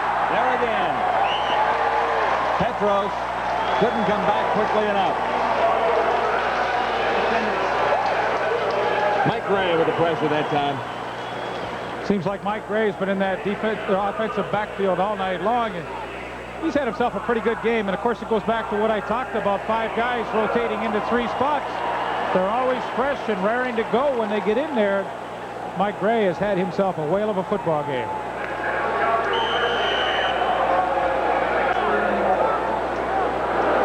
A 41-yard try for Mark McLaughlin. He made it from 32, missed from 20. On the mark this time, so that is his 3rd field goal for the Calgary Stampeders since replacing J.T. Hay. That's a big one for Calgary. It moves the Stampeders within 6. Wow.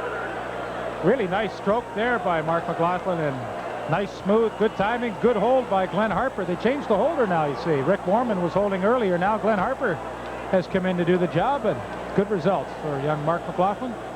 Cameron holds for Kennard. You know what? I like the punter, if he's got good hands, to hold for the place kicker, because the quarterbacks, you know, sometimes, in this case Rick Warman is not the starter, but the quarterbacks have so many things to think about. Often holding for the kicker is the last thing on their mind, and I think the punter is able to concentrate much better at that job. Well, Rick loosening up on the sidelines, and not sure whether he'll get a chance to come into this football game. 13-7. Warman warms up so far. No indication of whether or not he will be in the game.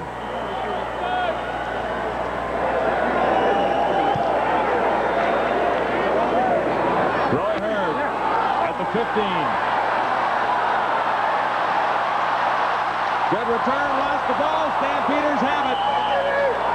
Marsh Toner comes up with a turnover. First going Calgary's way. This evening, Ken Ford made it happen for Calgary. Hurd had a great return going. Well, he really did. I mean, you know, we talked about Larry Kuharek saying that Ken Ford has added a lot of enthusiasm to this team, and you know, special teams creates, it's all enthusiasm playing those teams. Ford comes in with a pretty good hit right here. Pop. Ball up in the air, and number 76, Marshall Toner, comes up with the recovery.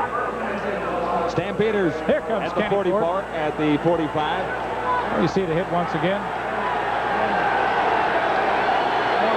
Rick Warman is the quarterback.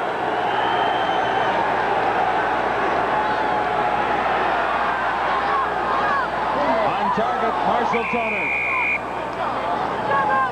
Rick Warman's first toss. A 27-yard first down. 5:22 remaining 3rd quarter. And what a way to begin for Warman, coming off the bench and tossing like this. That was a good read by Rick Warman. A 3-deep zone by the Winnipeg defense. He picked out the right guy. That's a good catch. Stampeders 1st and 10 at the 19. Good fake by Warman. Flags go down as he looks to the end zone. Tipped at the last moment by Aaron Brown, intended for Andy McVeigh. But back at the line of scrimmage, a yellow kerchief. Ha-ha, Leaf. Procedure against the Stampeders.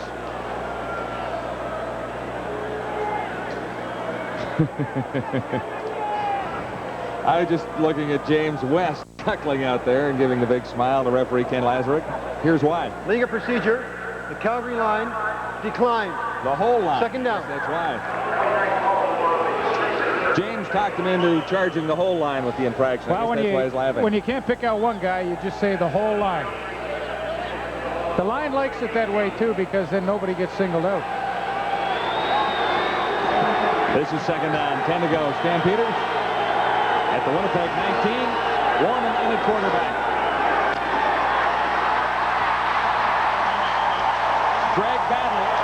he gets the same treatment as Carl Porter.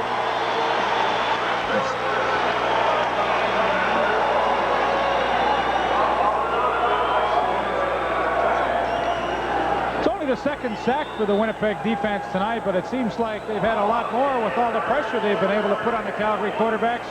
Greg Battle, the first man through there, and boy, that's a big sack. Just when it appeared as though the Calgary Stampeders might be able to get in for a touchdown, Rick Warman has stopped, and that brings in Mark McLaughlin once again.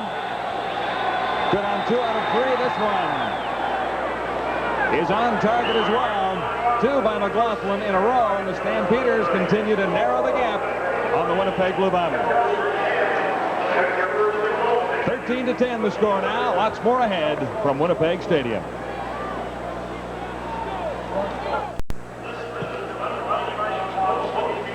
Calgary Stampeders have closed to within a field goal of the Winnipeg Blue Bombers. Only 1 touchdown so far this football evening in Winnipeg. Calgary counting all the Stampeder points from Mark McLaughlin.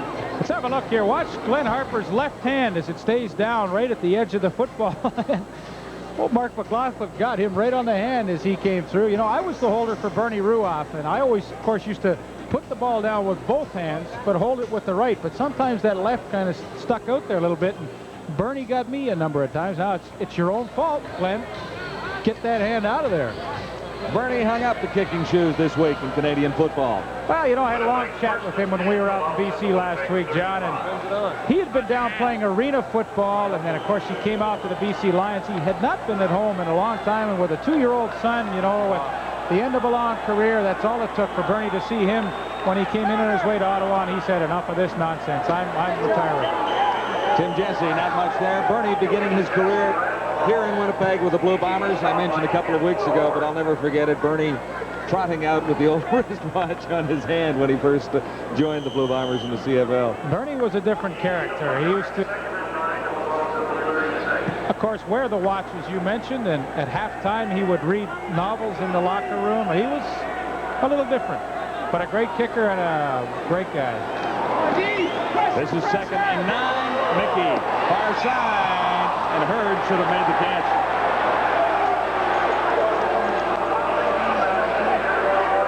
He's dropped 2 tonight. And I saw James Murphy in the hallway. At halftime, James will be back next week against Ottawa, he assures me. Well, that's good news for all CFL fans. Murphy, of course, the Shenley Award winner as the most valuable player in Canadian Football League. Roy Hurd ran a super pass pattern. He forgot one thing, though, to catch football. Bob Cameron near his 20. Sean Faulkner deep for Calgary.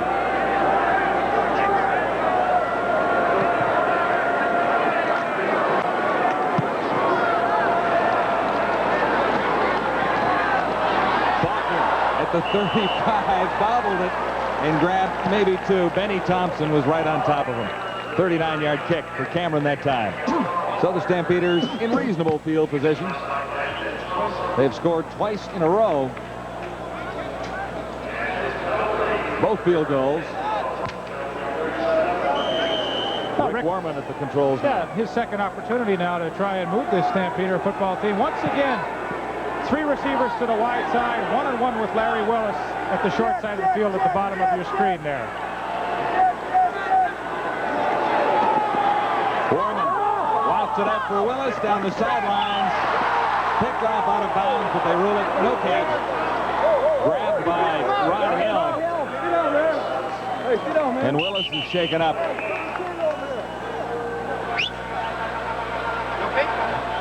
You all right? Okay? Somebody's coming to help you, so just relax, all right? Sit down, all right? Just try. Larry Willis being attended to by Pat Clayton says, okay, I know this is Winnipeg. Pretty good coverage by Rod Hill to force him to the outside. And I think Rod Hill just fell on top of him here at the end of the play, and Larry Willis not shaken up too badly. Had a chat with Neil Payne, who is the Western Director of Officials for the Canadian Football League at halftime, and he told me about that touchdown play that Jeff Jenkins scored. If he is knocked out of bounds by the defensive back, he is allowed to come back into the field of play and make the catch. If he goes out of bounds on his own, Yeah, you and comes can't take a back shortcut out of bounds. he is ineligible. So the Winnipeg fans were booing at the end of the second.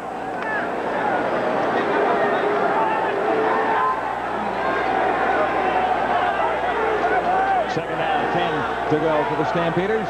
Out across the 35 at the 37. Big charge on Warman. He escapes, gets it away, fires high for Toner. And Benny Thompson thought he was pretty close to an interception. Not quite, Benny. Well, it's tough for a quarterback. You know, it's easy to sit up here and say, well, he had the receiver open, and Marshall Toner was open. But boy, oh boy, the pressure on the Calgary quarterbacks tonight has just been tremendous. And sometimes you just get a little rattled and you just don't hit your release point at the right spot. I'm sure that was the case for Rick Warman. Good pressure up the middle, Aaron Brown, and the rest of that defense. James Jefferson III back to accept this kick from Glenn Harper. And again, it bounces the other way, but Jefferson does come up with the ball. Forced out by Hopkins.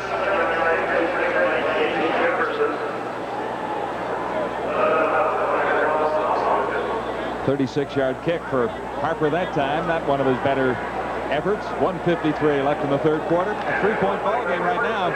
13-10 Blue Bombers.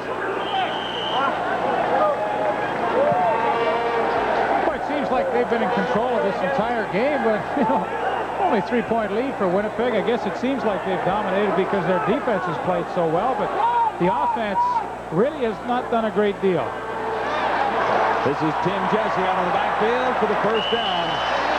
Ron Hopkins, Joe DeForest drag him down. Mark, a gain of 15 down. Now, this play has been in the Winnipeg playbook for many, many years, where they take the slot back and the wide receiver, run them downfield, break them to the inside, and send that back out in the flat. Give him the ball as quickly as you can before the defense can react, and then let him run for some daylight. And it's a tremendous play and one they've had success for many years. Jesse again. Joe DeForest again. Jesse got to the Canadian Football League 1 week ahead of Joe DeForest, who's starting his first game for the Stampeders at middle linebacker tonight. Jesse had a great game last week with 106 yards against the BC Lions.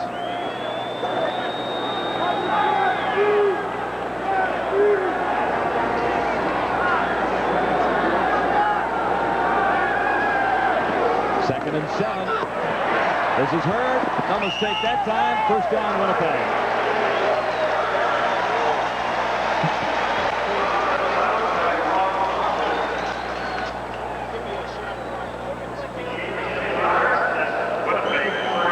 A good call on second down by Tom Mickey. A little hitch play to Roy Hurd. Ron Hopkins fell down on the play. You know, so many defensive backs tape up their shoes, and I just wonder if sometimes all that tape on the bottom of the shoe makes it slippery for those defensive backs, because he fell down there when he shouldn't have on a dry field.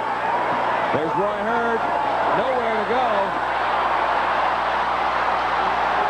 Now they form a little bit of a screen out the other way. But the Stampeders are able to react to that as well. That one isn't in the playbook either, folks. That's the way to end the third quarter, however, as far as the Stampeders are concerned. They have moved to within 3 of the Winnipeg Blue Bombers. And Roy Hurd ran a long way to get back to the line of scrimmage on that previous play. 13-3, the Bombers lead the way.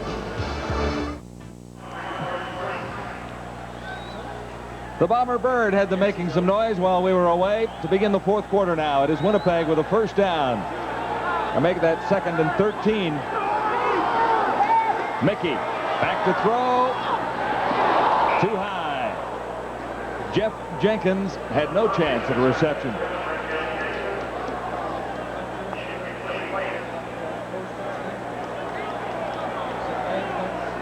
So Bob Cameron comes in along with Trevor Kennard. This will be a 51-yarder for Trevor Kennard. He does have the benefit of a little bit of a breeze at his back. Well, they make it a 50-yarder. Having a great year, had a great week last week. This from 50, Cameron to hold.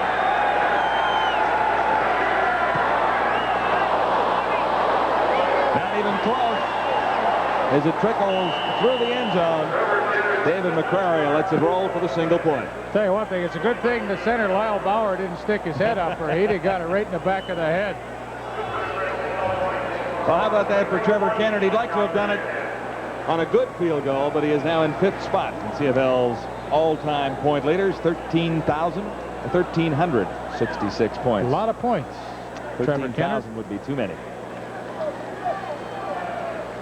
14-10, Blue Bombers out in front. 14-18 remaining 4th quarter. Calgary still with a good shot at pulling off a victory. It's up for Rick Warman.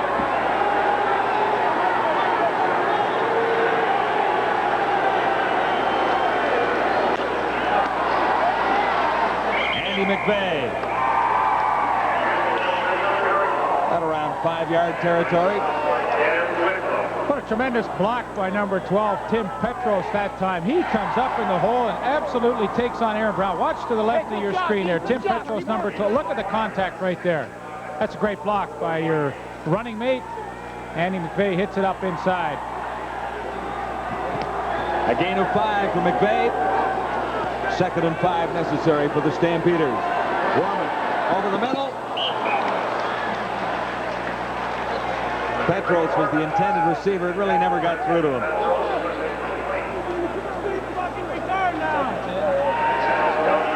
Well, I believe that's a pretty good area to attack over the middle. That's the foot Stampeders. The foot of Jay Christensen. The initials are CPC. That is Corey Page Christensen, and that's a cheap way for Jay to send a telegram home tonight. Hi, Corey. Well, you did it for him. There we go.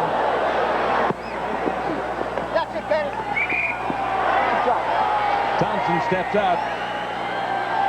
And the Bombers on the exchange have pretty reasonable field position out across the 35.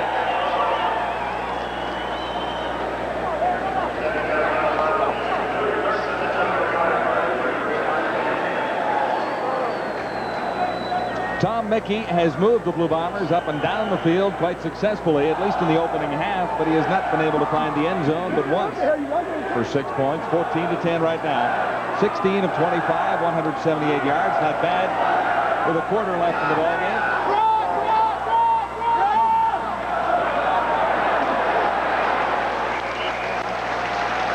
Kent Warnock, Joe DeForest with a stop on Tony Johns. Johns has played pretty well. Well, he's had a lot of work tonight. Usually the fullback in your scheme of things doesn't get to handle the football a great deal, but as you can see, he's carried it 8 times tonight, not for a great deal of yardage. 7 that time. This is 2nd and 3. This time the other back, Tim Jesse. And Derek Taylor forced him out. Big hit by number 21, Derek Taylor. You know, so often what you really hope for in a defensive back is that he can come up and stop a running back in his tracks. And this was the case in this situation. Derek Taylor with a tremendous hit on Tim Jesse as he was approaching that 1st down marker. In fact, I believe he's come up about a half a yard short or a full yard short.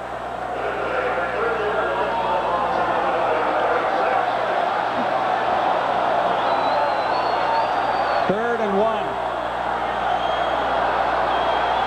Close ball game. Well, this is a big decision. I mean, with your defense playing so well, I think Mike Riley has made the smart decision here. The fans in Winnipeg don't agree because they like to see offense, but as a head coach, I mean, you have to take so many things into consideration, and one is you've got a great punter, and the second is your defense is playing superbly.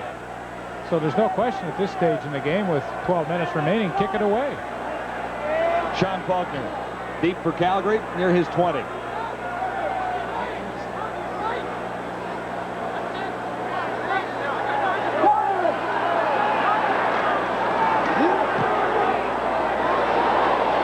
For Cameron to keep it away from Faulkner and force him over to his left. Now let's see what Faulkner can do with it. Shorten led the Bomber tacklers as Faulkner is brought down at the 30. It is the Blue Bombers by 4, 14-10 on the Calgary Stampeders. The rematch on TSN. Winnipeg Stadium, the Blue Bombers and the Stampeders, second meeting of 1988. The Blue Bombers won a heart-stopper as far as Calgary fans were concerned earlier this year. Tim Mickey to James Murphy, final minute of the game to win by 1 point. Murphy did that 2 weeks in a row. He came back and did it the next week against Saskatchewan here at home, where the Blue Bombers had a big lead early, lost it, and then came back to win it. Larry Kuharich in a chat with Fred Biletnikoff, the Hall of Famer. Things just have not gone well for the Stampeders offensively tonight. With any kind of offense, I mean, they could be ahead. They only trail by 4 points, but it seems like they've been way behind all night. That just isn't the case. Let's see what Rick Warman can do from the 30. It is first down, Calgary. Warman with a man coming back. No catch. Larry Willis couldn't hang on.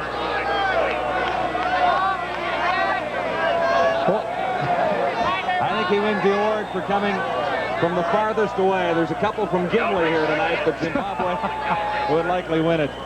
Well, it's great to have him here enjoying what I'm sure is his first Canadian Football League game. Football lineman is running with a fan. Short set it and get it in here. Quarterback's going to shake it and come back. The fullback is responsible. 2nd and 10 for Warman and the Stampeders. Almost. Sean Faulkner couldn't quite bring it home. Well, it was a great play, and the matchup you always like to get, an out and up with a back on a linebacker. Greg Battle is in pretty good coverage, but a ball extremely well thrown by Rick Warman. And, you know, that's the kind of catch when an offense is struggling that you really have to make to give your team a lift. It was hit him right in the hands. It's unfortunate he was not able to come up with it. You know, the statistics sometimes don't tell a story. That will be an incompletion for Rick Warman, but of course he couldn't have thrown it any better. Glenn Harper from his 15. Good kick to James Jefferson. Fouled it, and wisely goes down to regain control. No return. Sean Faulkner leading the Stampeder tacklers upfield. So the Bombers in a first down situation back near the 32. They lead the Stampeders by 4.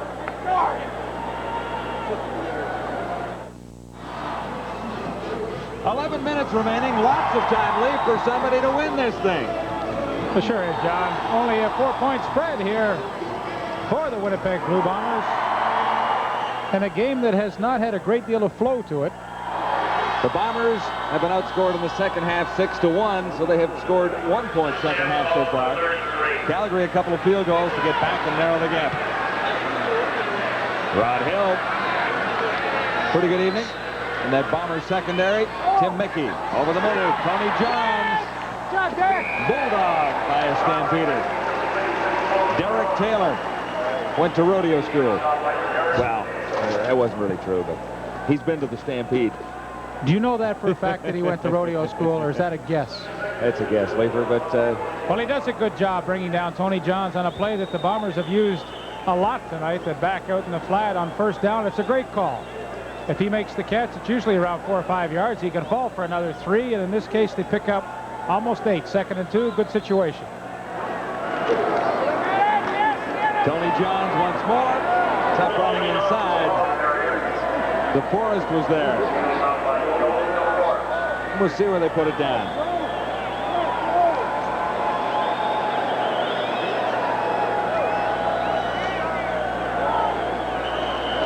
Tony Johns getting a lot of work tonight in the Winnipeg offense, and it looks as though they will bring the chains in, but I believe they're about 6 inches short. And once again, another decision for Mike Riley to make.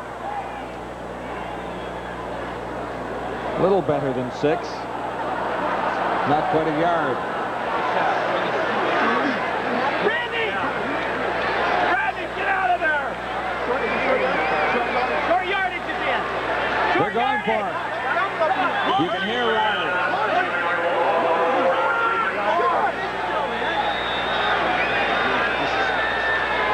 They don't have the right team out there. Hurd is not supposed to be on the field, they don't believe. But he should have the first down. They wanted the short yardage team. I don't think Roy Hurd would be on that team as a wide receiver, but he was out there. Well, I think they got away with one. And, you know, I really fault the players when things like that happen because they have to be aware and alerted where the offensive team is on the field. If it's going to be short yardage, the short yardage guys should be there and ready to win the game. The coach can't be running around trying to find you. The Bombers pick up the first down, but in a way they were a bit lucky. They didn't have the correct personnel in there. Tony John's a pretty good night for him. 9 carries, 32 yards. Another 83 yards through the air on 6 receptions, so 115 total yards for him. That's a pretty good night. This is first down for Tom Mickey and the Blue Bombers. Looking deep.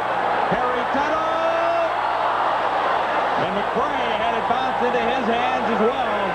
Almost pulled off the interception, but we have a flag down. Holding would be the indication as we see it now. Good job by David McCrary and by number 32, Darcy Kopp, who has come in to replace the injured Greg Peterson. Greg Peterson will not be back in the second half, although his injuries are undisclosed at this point. He is not going to make it back into the ballgame. Holding. Winnipeg number 63. Decline. Second down.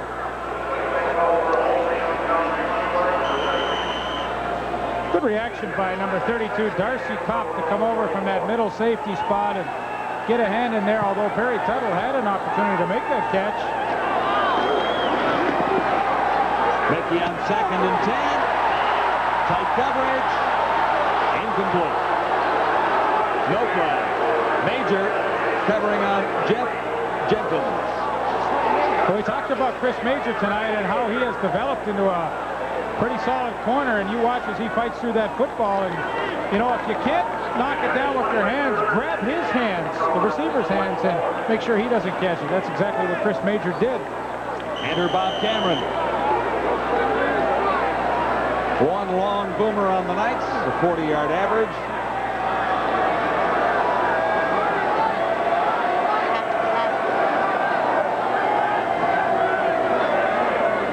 More confusion on that Bomber kick team now. Sean Faulkner.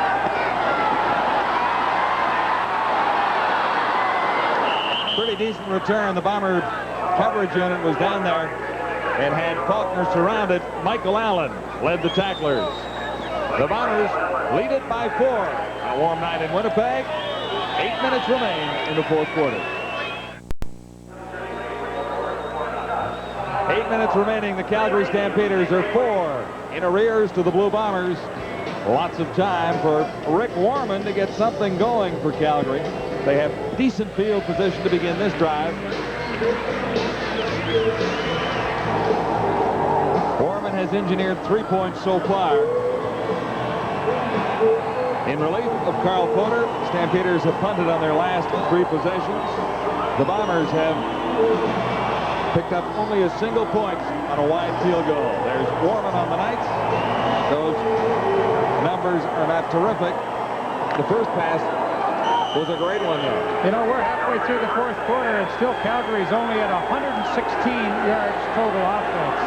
Pretty tough to win football games. Good fake by Potter. Outside for Emmanuel Tolbert. He has not been a busy receiver, but that is a big play. Benny Thompson, the Bomber safety, forcing Tolbert out. That's a good call on first down by Rick Warman. The play action gives you a little more time to throw a football and a little more time for the receiver to come open. Emmanuel Tolbert one-on-one with number 30, Daryl Sampson. He absolutely turns Sampson inside out, breaks to the outside, makes a good catch, and another good move to get around him for a 26-yard pickup. The Stampeders first down at the Blue Bomber 50. This is Sean Faulkner, maybe 4.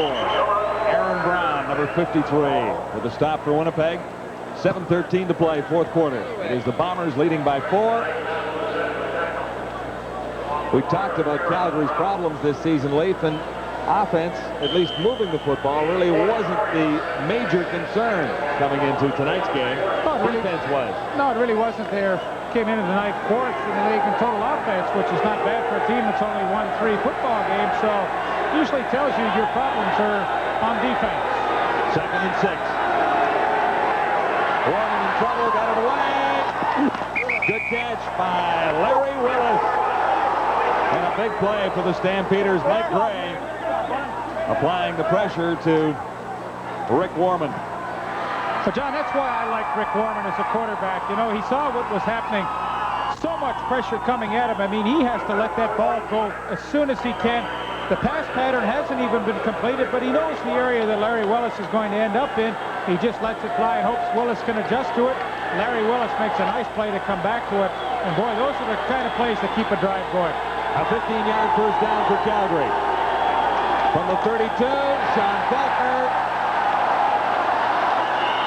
Tough to bring down, lost the ball, but the whistle held on. He looked to be stopped by Willie Fears, got away from Fears, but ran into James West. As a result, one lousy yard. Well, Rob Perdanovic, number 78, who is in the football game right now, came through quickly and really put a hit on him early. You'll see it coming up right here. There's 78 Perdanovic, and takes a pretty good shot at Sean Faulkner. Willie Fears in there on the action as well. 2nd and 9, Calgary at the Winnipeg 30. Warman has to run for his life. There's room for a first down. Is there room for the touchdown? That's right, he's down to the 5. And that is now the biggest play of the night for the Stampeders. 25 yards for Rick Warman. Oh, what a nice job he does here. You know, he wants to hit Tolbert quickly, but he's double covered. He has to break out of the pocket, gets a good block downfield from number 12, Tim Petros. And then, of course, the linebackers are chasing receivers downfield, so he's got a free rein to go those 25 yards. Stampeders, first and goal to go. The Bomber 5, Sean Faulkner has 3. Ball came loose, recovered in the end zone, but it was whistled dead. Stampeders came up with it.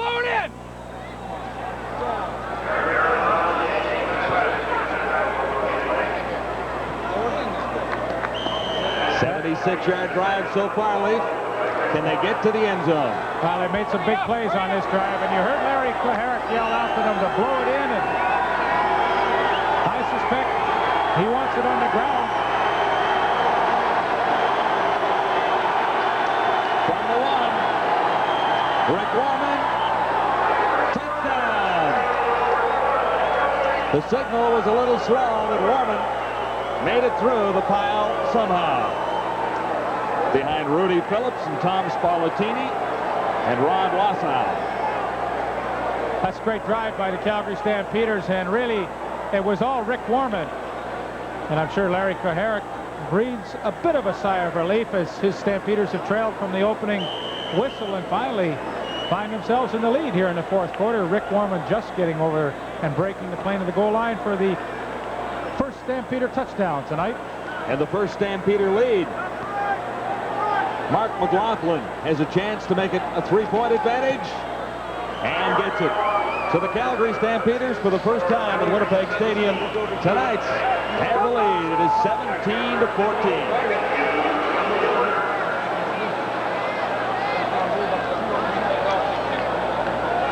Well, I'm sure Rick Warman was explaining to Larry Koharic how he just followed Tom Spallettini and Rudy Phillips into the end zone for that touchdown, but he really made some big plays on that drive with, of course, the pass to Emmanuel Tolbert and then a great pass to Larry Willis against the blitz.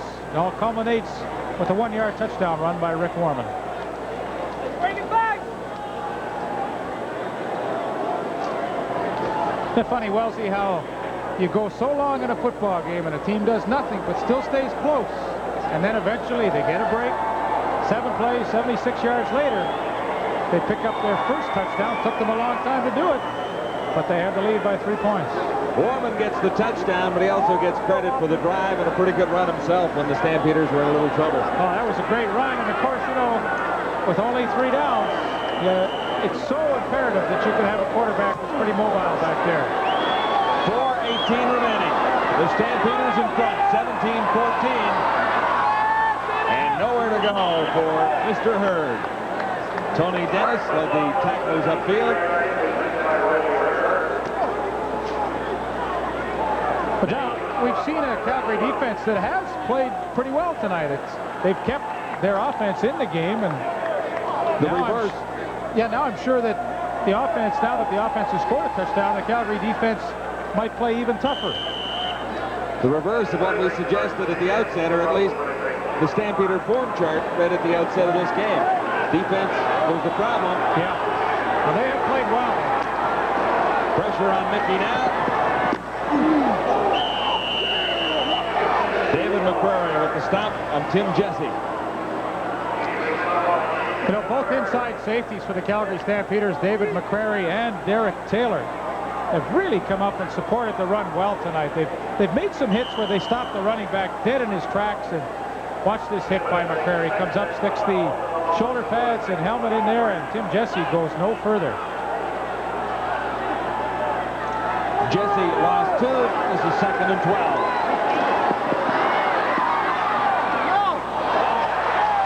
Picked off by McQuarrie. This is David McQuarrie down to the 15.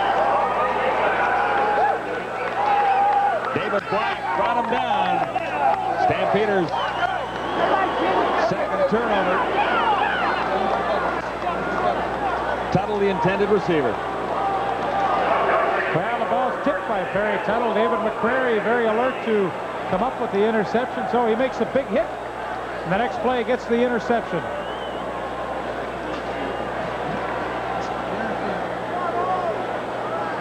Well, that's a good job by David McQuarrie to react to the football, the interception, and oh, how things can change in a hurry.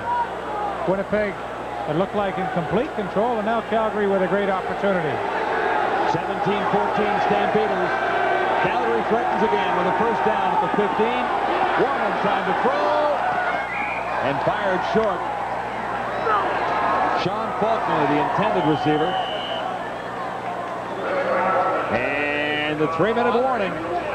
Timeout on the field with the Calgary Stampeders threatening to add to a 3-point advantage on the Blue Bombers.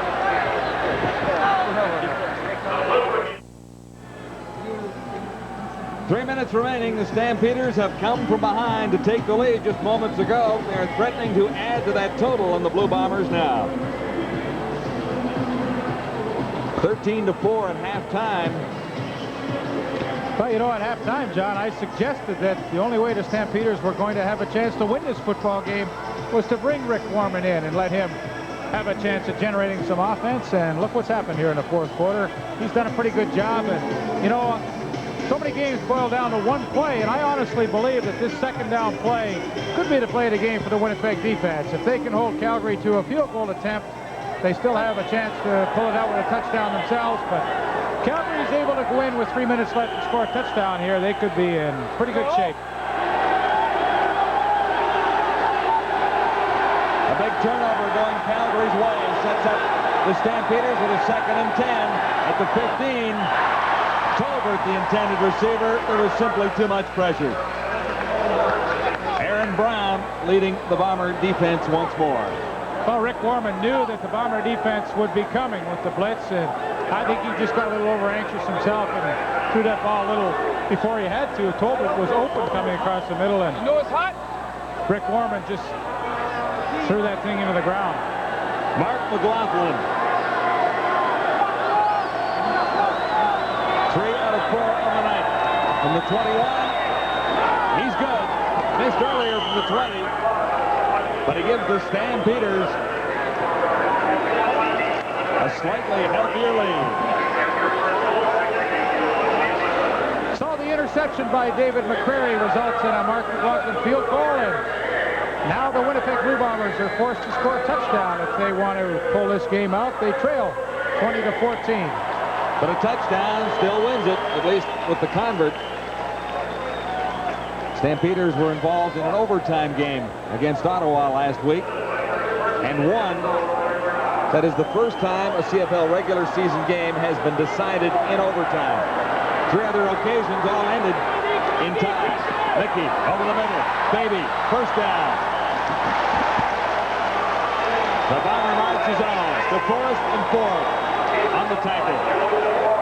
Well, we sure know that Tom Mickey has the ability to take his team on a long drive late in the game to pull it out. He's done it a couple of times this year. Once against Calgary. against Saskatchewan.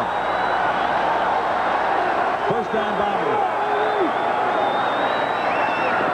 Time to throw. Off target. Jenkins was the intended receiver. Chris Major was covering.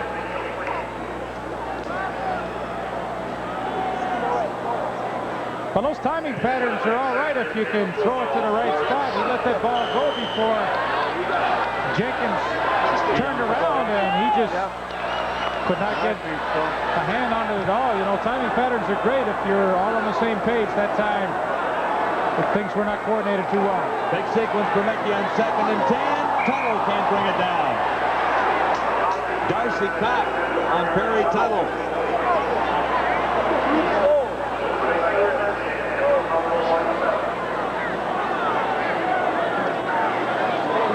Send in the Cameron. Bob Cameron. Come on, let's go, fellas. Let's hustle now. Let's go. 2:19 to play. A 6-point game. Stampeders leading Winnipeg. David McCrary to accept Bob Cameron's punt.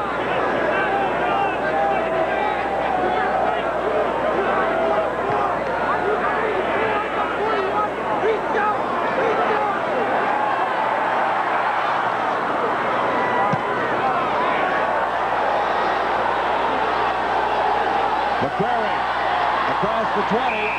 Good coverage by the Bombers upfield. Paul Clatney, number 29, leading the way. You see Clatney at the bottom of your screen, slightly shaken up. Rick Warman has injured 13 points since he arrived in the ballgame, and he'll lead the Stampeders offensively when play resumes, and Mr. Clatney is attended to.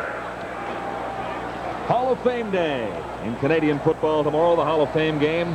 Ottawa Rough Riders against the Tiger Cats tomorrow afternoon. Ralph Sazio, Royal Copeland, the old Argo, Ed McQuarters. Former teammate of mine, yeah, sure. And Tony Pajakowski will be inducted into the CFL Hall of Fame. As a matter of fact, have been inducted as we approach the 11 o'clock hour in Hamilton tonight, but they'll be introduced to the crowd at Ivor Wynn tomorrow. Well, Hall of Fame Sunday was always a great game to play in with all the tradition from the night before when so many great players had been inducted to the Hall of Fame. Ed McQuarters, of course, a teammate of mine for 1 year, and nice to see him recognized, as well as the other 4 who are being inducted right now. Blue Bombers move on against the Ottawa Rough Riders next week. You and I will be there to bring everybody coast to coast that game. 7:30 Eastern Standard Time, the Winnipeg Blue Bombers. We'll stop and get some French fries at that great French fry joint right across the street from Lansdowne Park and waddle over. We love those French fries. You cannot go to Lansdowne Park without it, but you got to have gravy. Yeah, and it's the blue truck. You got to stop at the blue truck. That's it. 2:09 to play. Stampeders first down. They lead it by 6. This is Sean Faulkner. No room to the outside.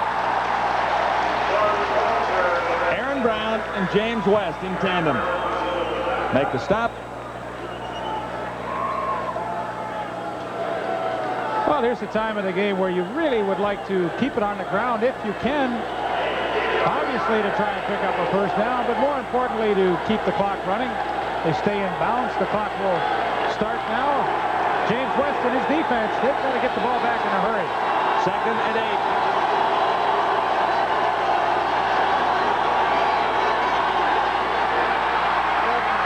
Faulkner, big first down. Appeared to be stopped, but he grabbed the first down. Benny Thompson, the Bombers safety. It was Greg Battle, number 34, who looked like he had Faulkner in the backfield. Well, this is a huge play. Greg Battle takes the inside and got burned a little bit, the block by Tom Spallettini, but excellent running by Sean Faulkner. You know, when he broke into the Canadian Football League with the old Montreal Concords, he showed a great deal of promise. Has not had a lot of playing time since then, but what a big run he just made.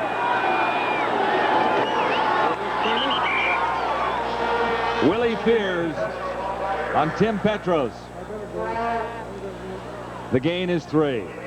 1:19 to play. Well, the one good thing about this, John, is they picked up the initial first down, and of course that allows you to have 2 more cracks at the 20-second clock. That's 40, and then whatever it takes you to punt it on 3rd down, if that turns out to be the case. So you've killed some good time, and then Glenn Harper can kick it away. Just a little over a minute remaining now. 109. The Stampeders leading by 6 after their 4th win of the year. This is Faulkner. And again, Sean Faulkner breaks a big play out across midfield.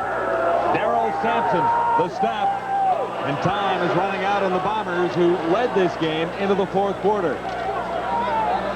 Well, that's just a tremendous run by Sean Faulkner. Once again, Greg Battle had an opportunity, and you know, I believe the Winnipeg Blue Bombers are just going to be in shock after this game. It seemed like they had everything in control, and now with just a little over 40 seconds remaining, they can kind of run it out. You can't win with 1 point in the 4th quarter, can you? No, you can't. Rick Warman has done a job since coming in, however. After another 1st down, stopped about 3 short. From behind by Dan Wicklund. But 33 seconds remain. 2nd and 3.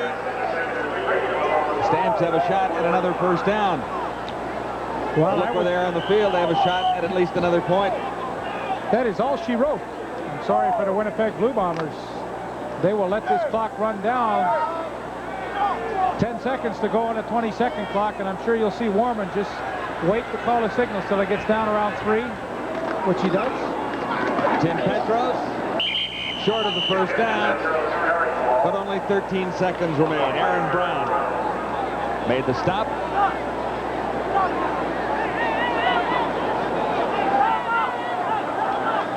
(20-14). It looked a little bleak for that man, Larry Kuharek, at halftime. The Stampeders had not moved the football, but the defense had kept Calgary in the game. Think back to early in this one when the Bombers had an opportunity for 2 touchdowns, and both were called back because of penalty. Well, of course, penalties has hurt the Blue Bombers all season long, and boy, oh boy, give the Calgary Stampeders credit. You know, I myself had them written off in the 1st half that they played so poorly, but the defense hung in there. Rick Warman came around in the 2nd half and generated some offense. Stampeders, though, obviously heard you suggest that it was time for a quarterbacking change. Well, I believe it really was. Well, the BC Lions, after their loss last night, are 5-6 on the season. Calgary Stampeders 4-7. So this keeps the playoff hope alive, doesn't it? Well, it sure does. They're only 1 game, 2 points behind the BC Lions for that final playoff spot. So there are some encouraging signs for Larry Kuharek and the rest of the Stampeders. Piece of shit team, we fucking lose.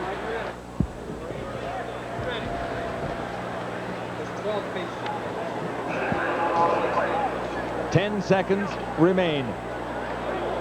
Now the measurement will indicate whether the Blue Bombers get 1 more crack at this or not. And from the appearance of things down there, it looks as though the Stampeders will hang on to the ball by the narrowest of measures.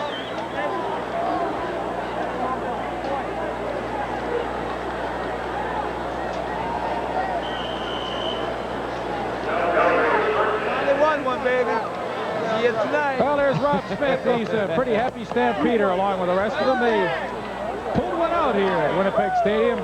Nice to win on the road. This is 2 in a row for the Calgary Stampeders. Rick Warman will go down. That's the clock. No flags. Game over. An emotional victory for Coach Larry Kuharek and his Calgary Stampeders, who have struggled quite a bit this season. But Kuharek hung in, made the quarterbacking change that Lee Pedersen suggested, and Warman won it for them. Rick Warman did a great job in the 4th quarter, and Larry Kuharek made a good move. Paid off for him.